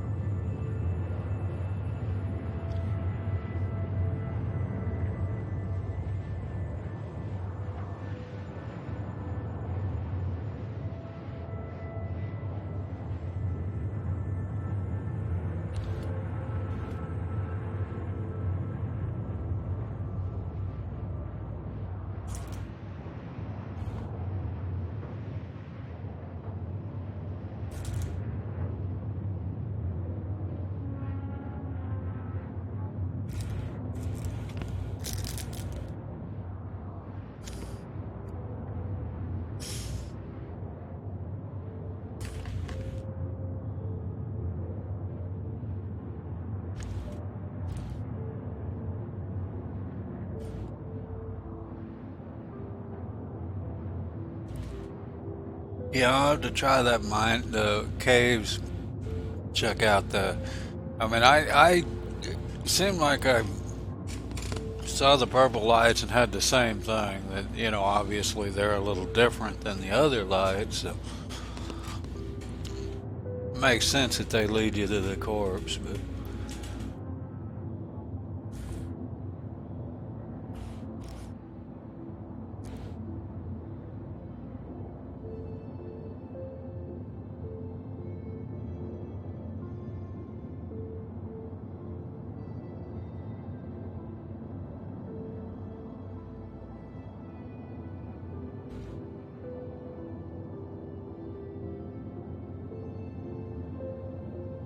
I'll have to give it a shot.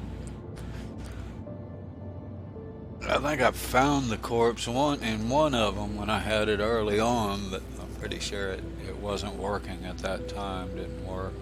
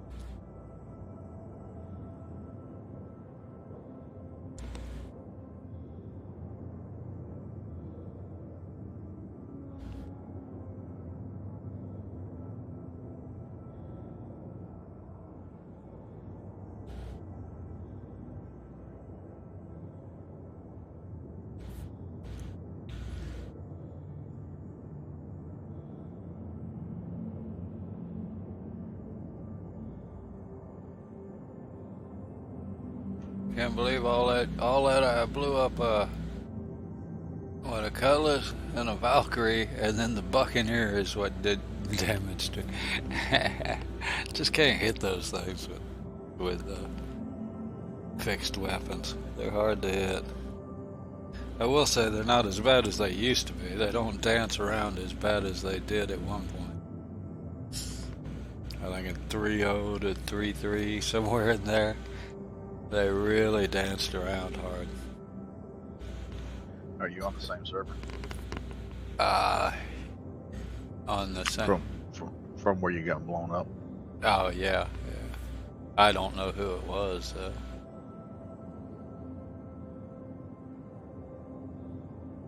There was one guy, like I said, the only red character I saw was sitting on the pad at the time.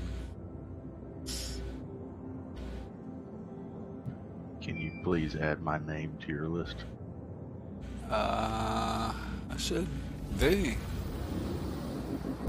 I've got Jabu. It's the only one I've got. Oh, okay. So you're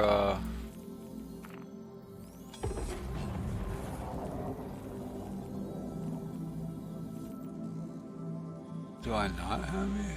I may not. I'd like to get with you at a later time also because I couldn't get the web plugin to work for me. I guess I forgot how to use it. There isn't much to it. You just open you log into both websites at the same time, the PTU and the PU, and then I did that. But it I only. didn't do anything. Huh. Well, the last time I don't know it did work, but here lately it's only been getting like half of the people. I'm in the PTU, so. Quantum drive is now off. Yeah. Get inside the armistice here, just in case. And I'll make sure you're on my list. I thought you were though.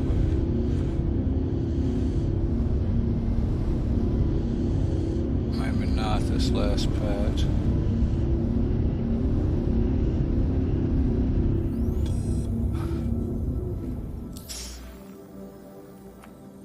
I don't know why, but I'm spawning at Warville.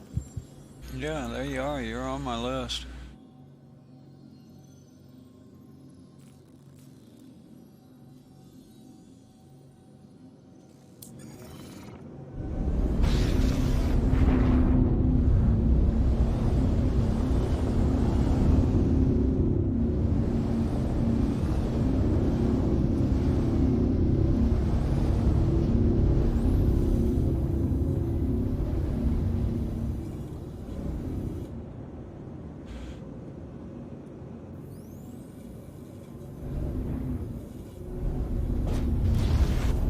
See if I can get repairs here.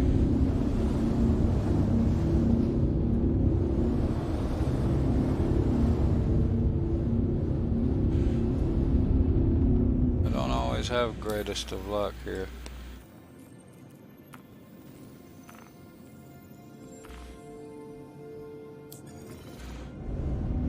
Please proceed to assigned landing bay.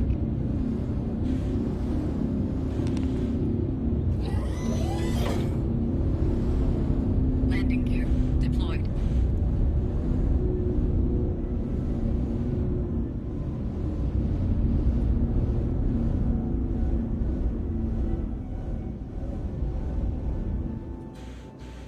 Landing complete. Landing complete. Have a pleasant stay. Yep, no repairs or refuels. Guess I need to go in and Weapons offline. claim the ship.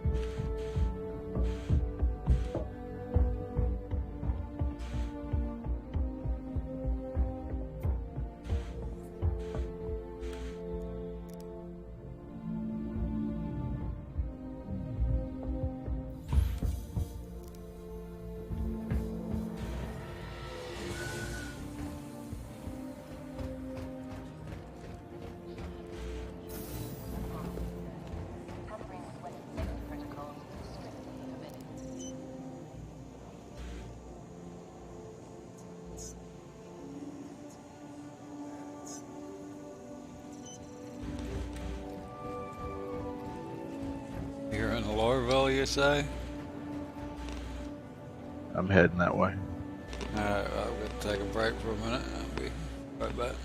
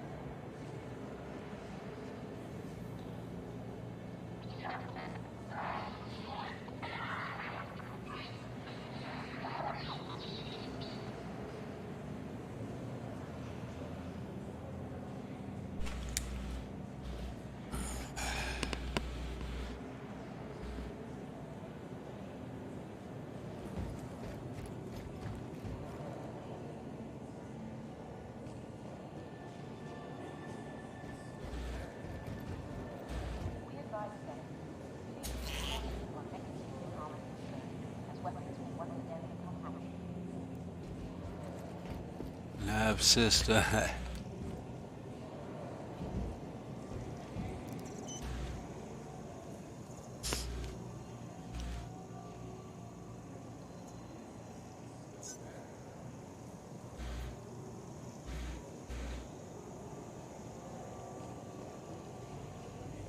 reminder that vehicles left unattended Your on ship has launch been delivered to the platforms following will be landing pad. returned to storage.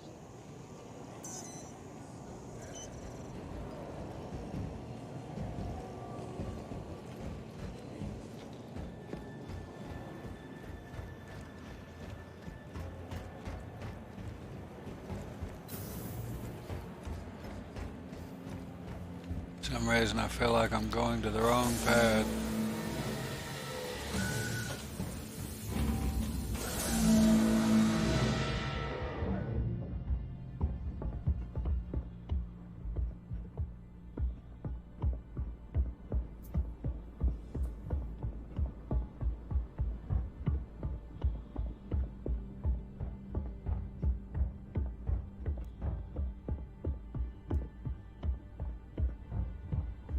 Hey guys.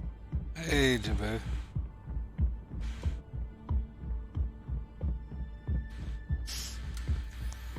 Well, I finally did find some of those hand harvestables on Daymar. They did cut the amount way down, but they're still findable.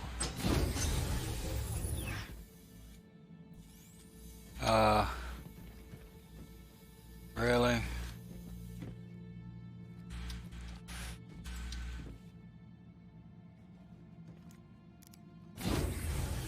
Jesus. So is everybody in PTU or Yeah, I am. Fusion's just listening, not at work?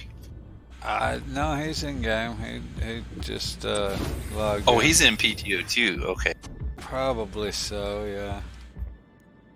Or yeah, he is because he's in. And I just didn't want to swap it back to the live yet because I only have enough room for one or the other on my SSD, so I got to kind of.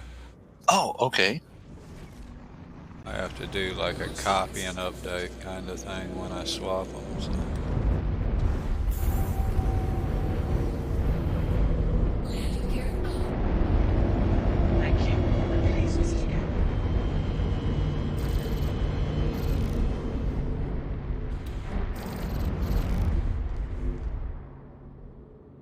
I'm back. Ryder, you can't just go in the launcher and direct the launcher to go to where you have your live files at? I don't have them anymore because I deleted Oh, yeah. all that. Yeah, I got you. Okay. Yeah, when that launcher update came out, it screwed me around a little bit, and I deleted them because I didn't know where the hell it was installing. It reinstalled an entire new copy, basically, into the program file, into the default directory, because I didn't know that, that was a thing at that point. I mean, prior to that, it didn't matter where you had that setting. It just did the. It went by directory. In other words, I had. Originally I installed it to the default directory. See program files, Robert Space and right. But I copied that to D drive and just ran it from there, and it ran fine. And then, I even had a copy on C drive that I would use for live. But both of those got deleted whenever that happened, and it reinstalled program files.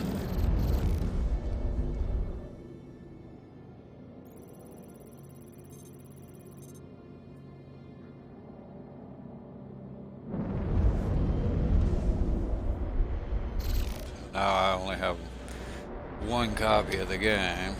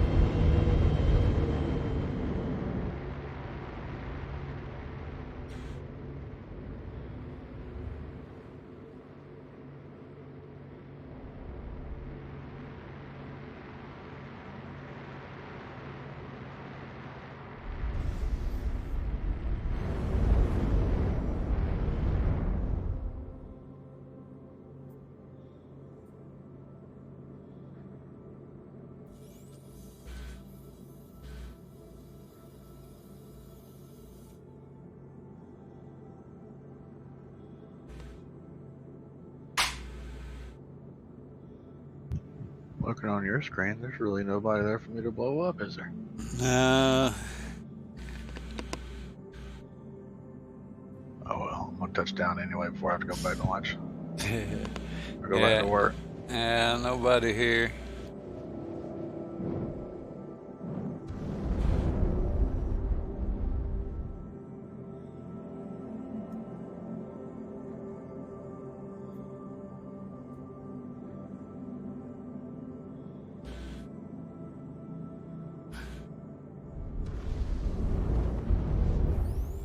I guess I need to check. Did they change some of the...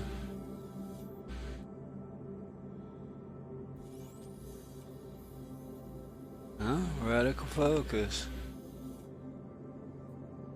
This person in chat types way too damn much.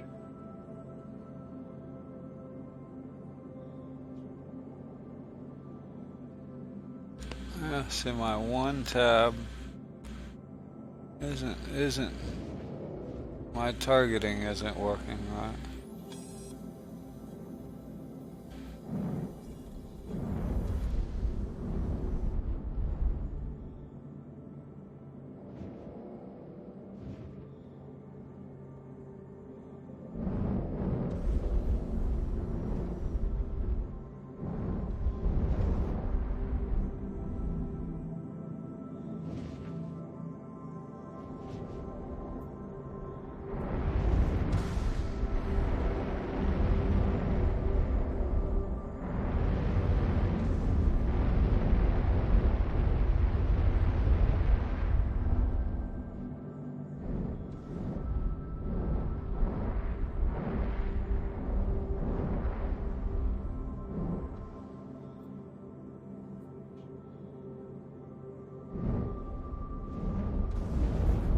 It's a different group of people that are playing during the days. Just tell by chat.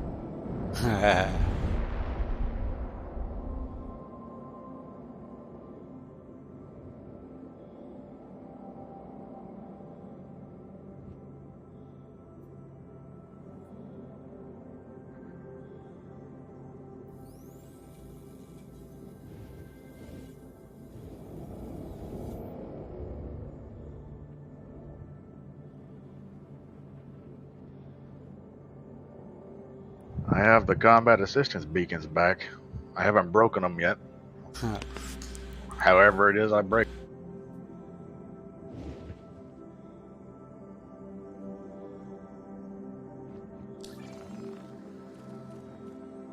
Yeah, I don't know how you break them. I never do them, but I always get them.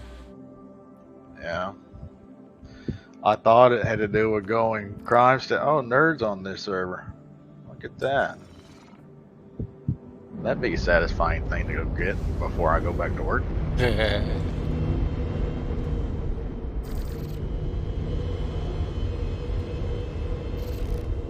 I don't get bounty missions like that, I don't think.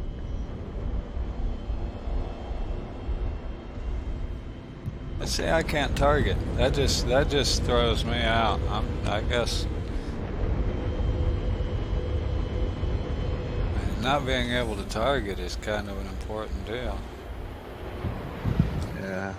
There's that dude there.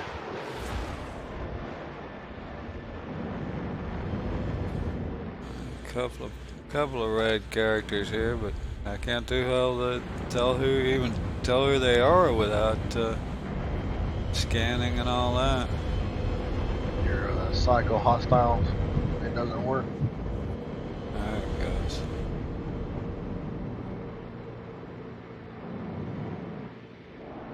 It's a buccaneer, that might be nerd right there. He was working on one the other day. Just building one out.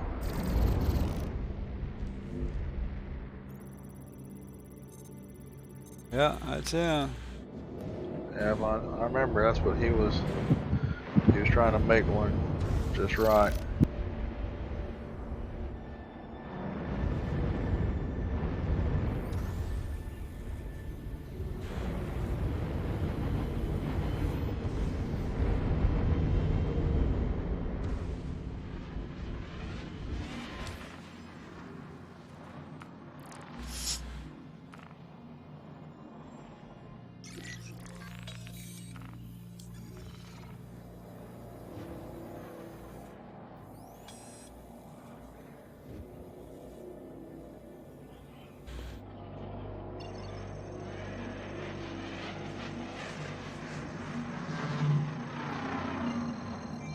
am I going to demo? I must have the wrong thing selected here.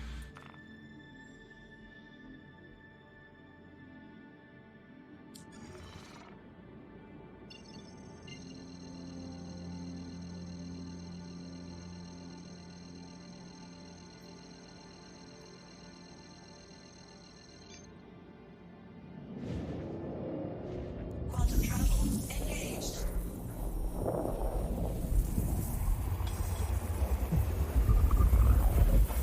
Have you been computing and farting at the same time? That's this chat.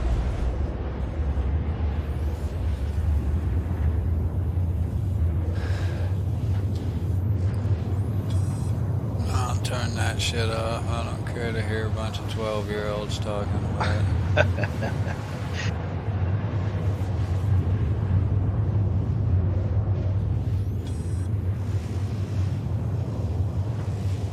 That's what it reminds me of. Me too. Raised 3 kids, and that's what it reminds me of, 12-year-old.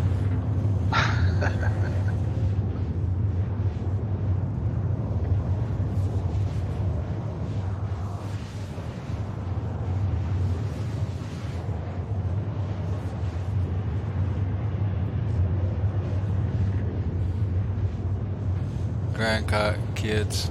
Well, she's almost 12 or 10 now. And she's into that farts are funny kind of thing.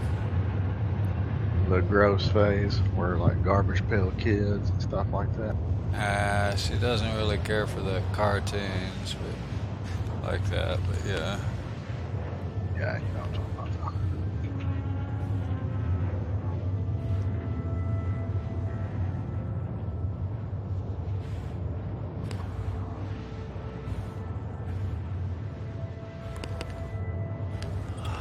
Well, I can't say she isn't, to be honest.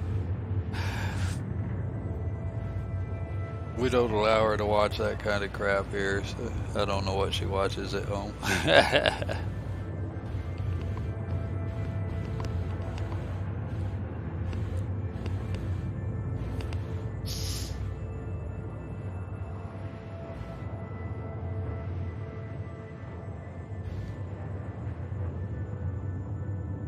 It may have been Nerd Show and Tell that killed me. Surely he wouldn't do that. You wouldn't think. I mean, I don't know. I'm just a viewer. But yeah, he's not killed me before in one, so, but he doesn't like minors. He's got something about it. I used to joke about it.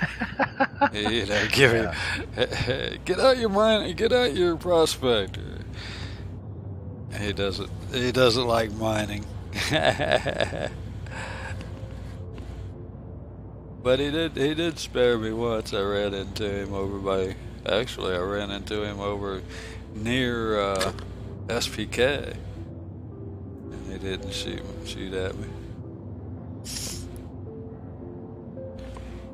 I ran into him at Grim X before, and originally I thought he was running from me. And I kind of puffed my chest out, and I was all proud. And then I got to thinking, nah, he's probably just being cool. Because he probably could have killed me. Well, I mean, what he says, and I've seen him do it a few times, but as a general rule, if he recognizes your name or whatever as a viewer, he won't shoot at you unless you shoot at him. That's at least that he's made that statement along that line. He doesn't pick on his viewers. Figure that, right? Right. Why are these upgraded station guns here at Ollie not blowing all these criminals out of the water whenever they swoop in?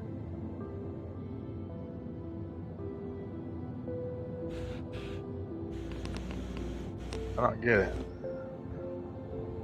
Well, somebody was telling me, and I don't know, but some of the other thing is maybe did they adjust them where they wouldn't shoot at you until you had like 3 or better crime stat or something, maybe? I have no idea about that, but there's a red dude flying around Ollie right now, and this turret is tracking his movement, but it's not firing.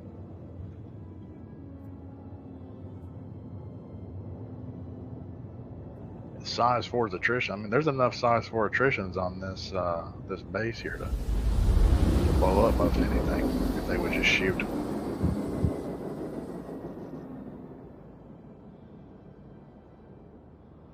Oh well, I touched down. I gotta go back to work. Darn it. At least I got over here. I'll be ready to do something later because now I'm stationed at Ollie. Here in this play, I feel like I'm playing in letterbox format. Yeah, it'd be nice if this could go live so you can, and they'd fix that. That's probably what I think is still holding them up. That's the only really. I mean, it's not game breaking per se, but yeah, it is in a way. I want to show you a picture on what it looks like when I'm playing this resolution. I'll put it this way.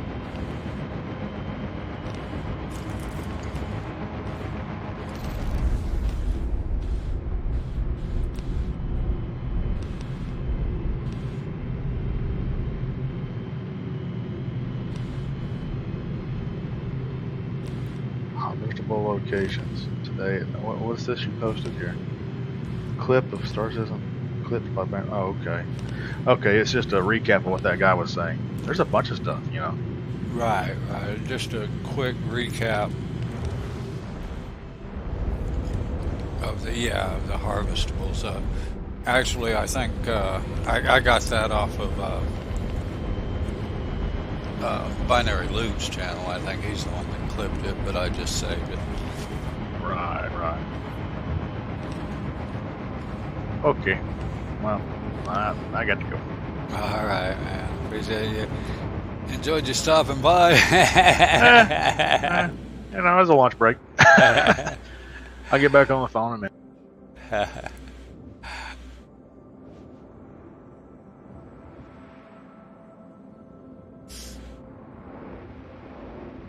But I'm probably not going to be on much longer myself. Need to go do some laundry and whatnot. Kinda got lazy this weekend, didn't do anything.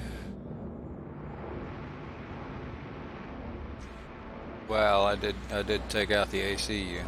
That was about it.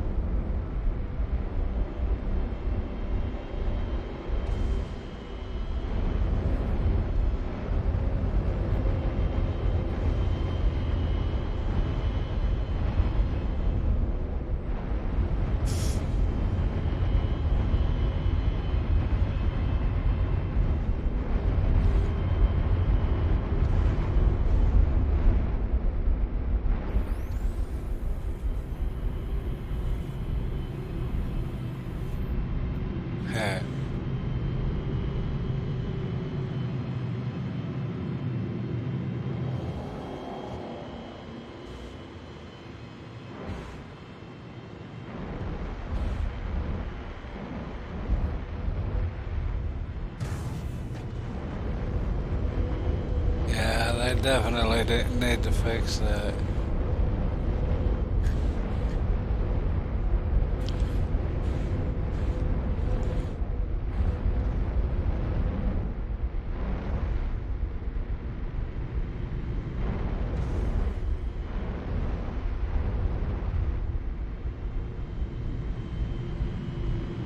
Contact received.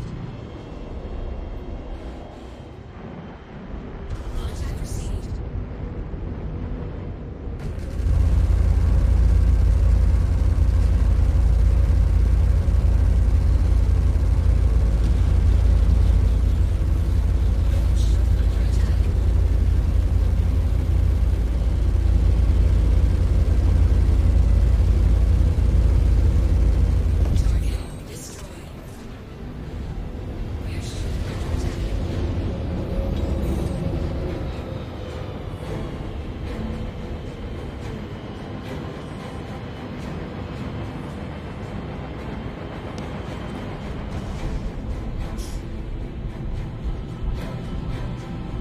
Yeah, I can see where that would be a pain. Oh, maybe not do that.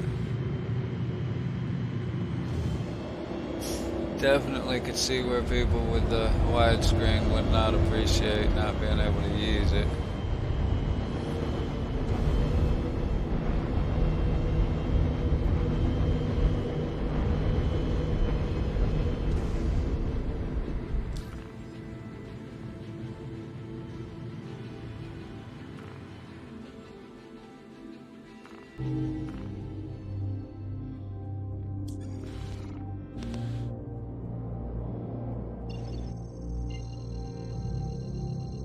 Insufficient fuel.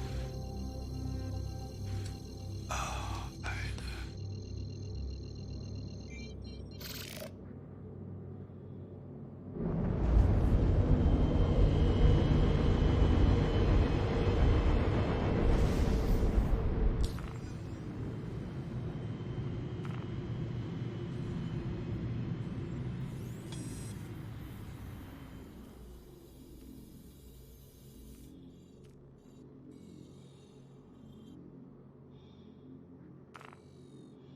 And I don't see the station now.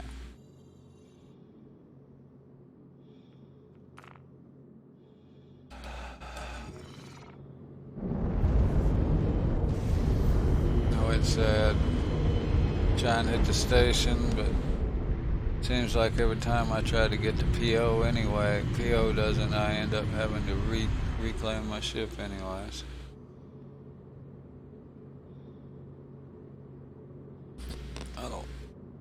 I'll try the station. There's supposed to be a station here. Let's see if there is.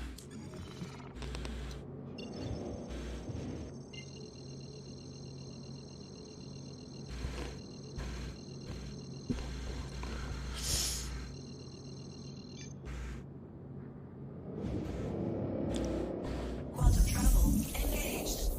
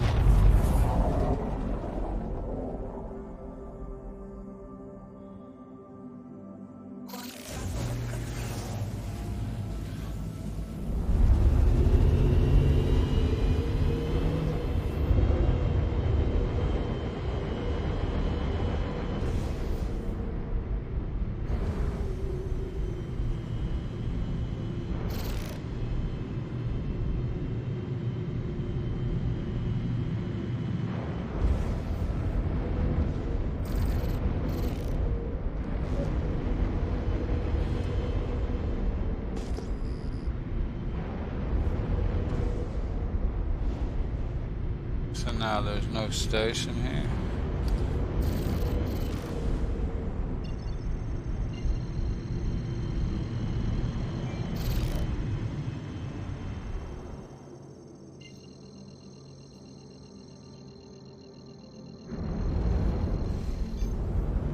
Shows it.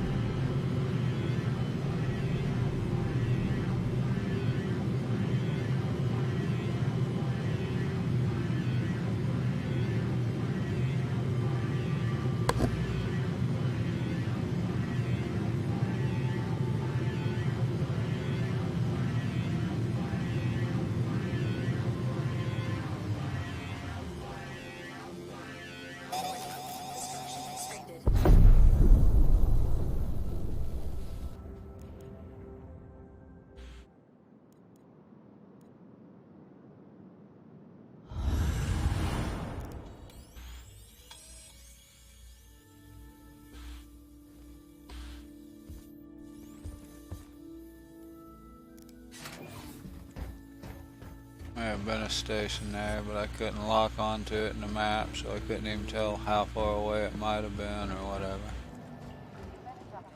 I really do need something a little better with the mapping. Sure, it's not easy to do, but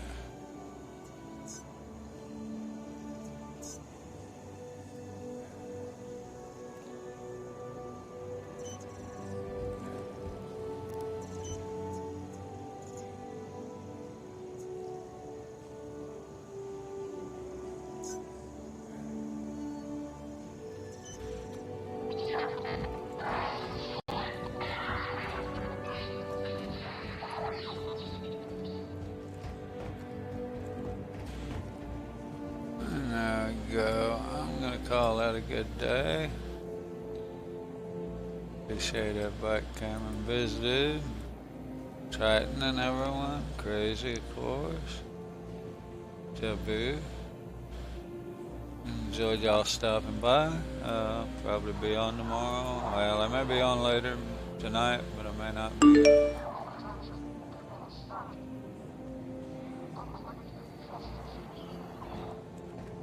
Yeah, I've heard the voice, but can't tell what it is. I'll let everybody else try and figure it out.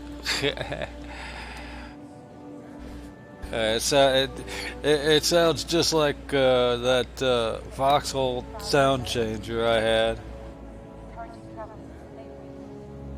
had. Did he? Yeah, I figured there would be. Yeah, I'm not. I can hear it, but can't understand what they're saying.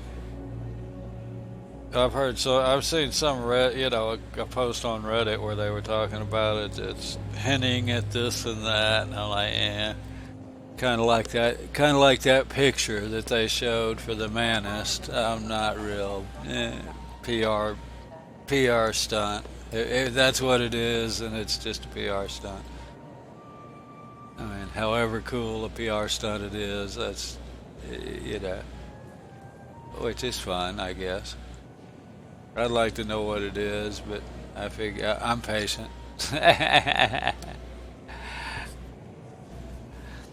But anyway, I'm gonna go ahead and take off, get some laundry and stuff done. I might have to go look up that board gamer thing, see what he thinks it is. He tends to go a little too in depth. You look back, he's got a lot of good ideas, but I'm not sure he's reading the ideas they have or giving them ideas, because I don't know how much of what he suggested was actually planned till after it was suggested. Which comes first, the chicken or the egg, right?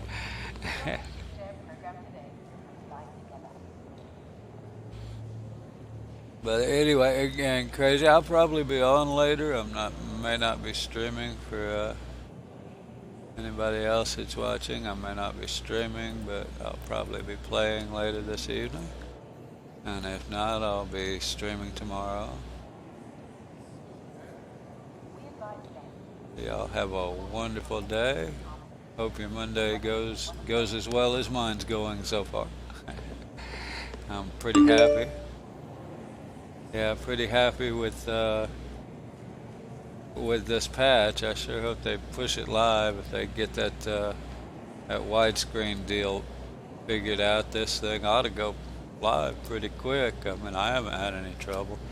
I'm 5 hours close to it, and I've had one disconnect, 130K. So, yeah, can't complain with the performance. Yeah, sounds like a mechanical voice. And I have to look at that so we know what Board Gamer thinks it is. Maybe then I'll be able to tell what he's talking about, because it doesn't sound. Yeah, I mean, it could be a lot of different sounds. But anyway, y'all take care, and we'll talk to you soon.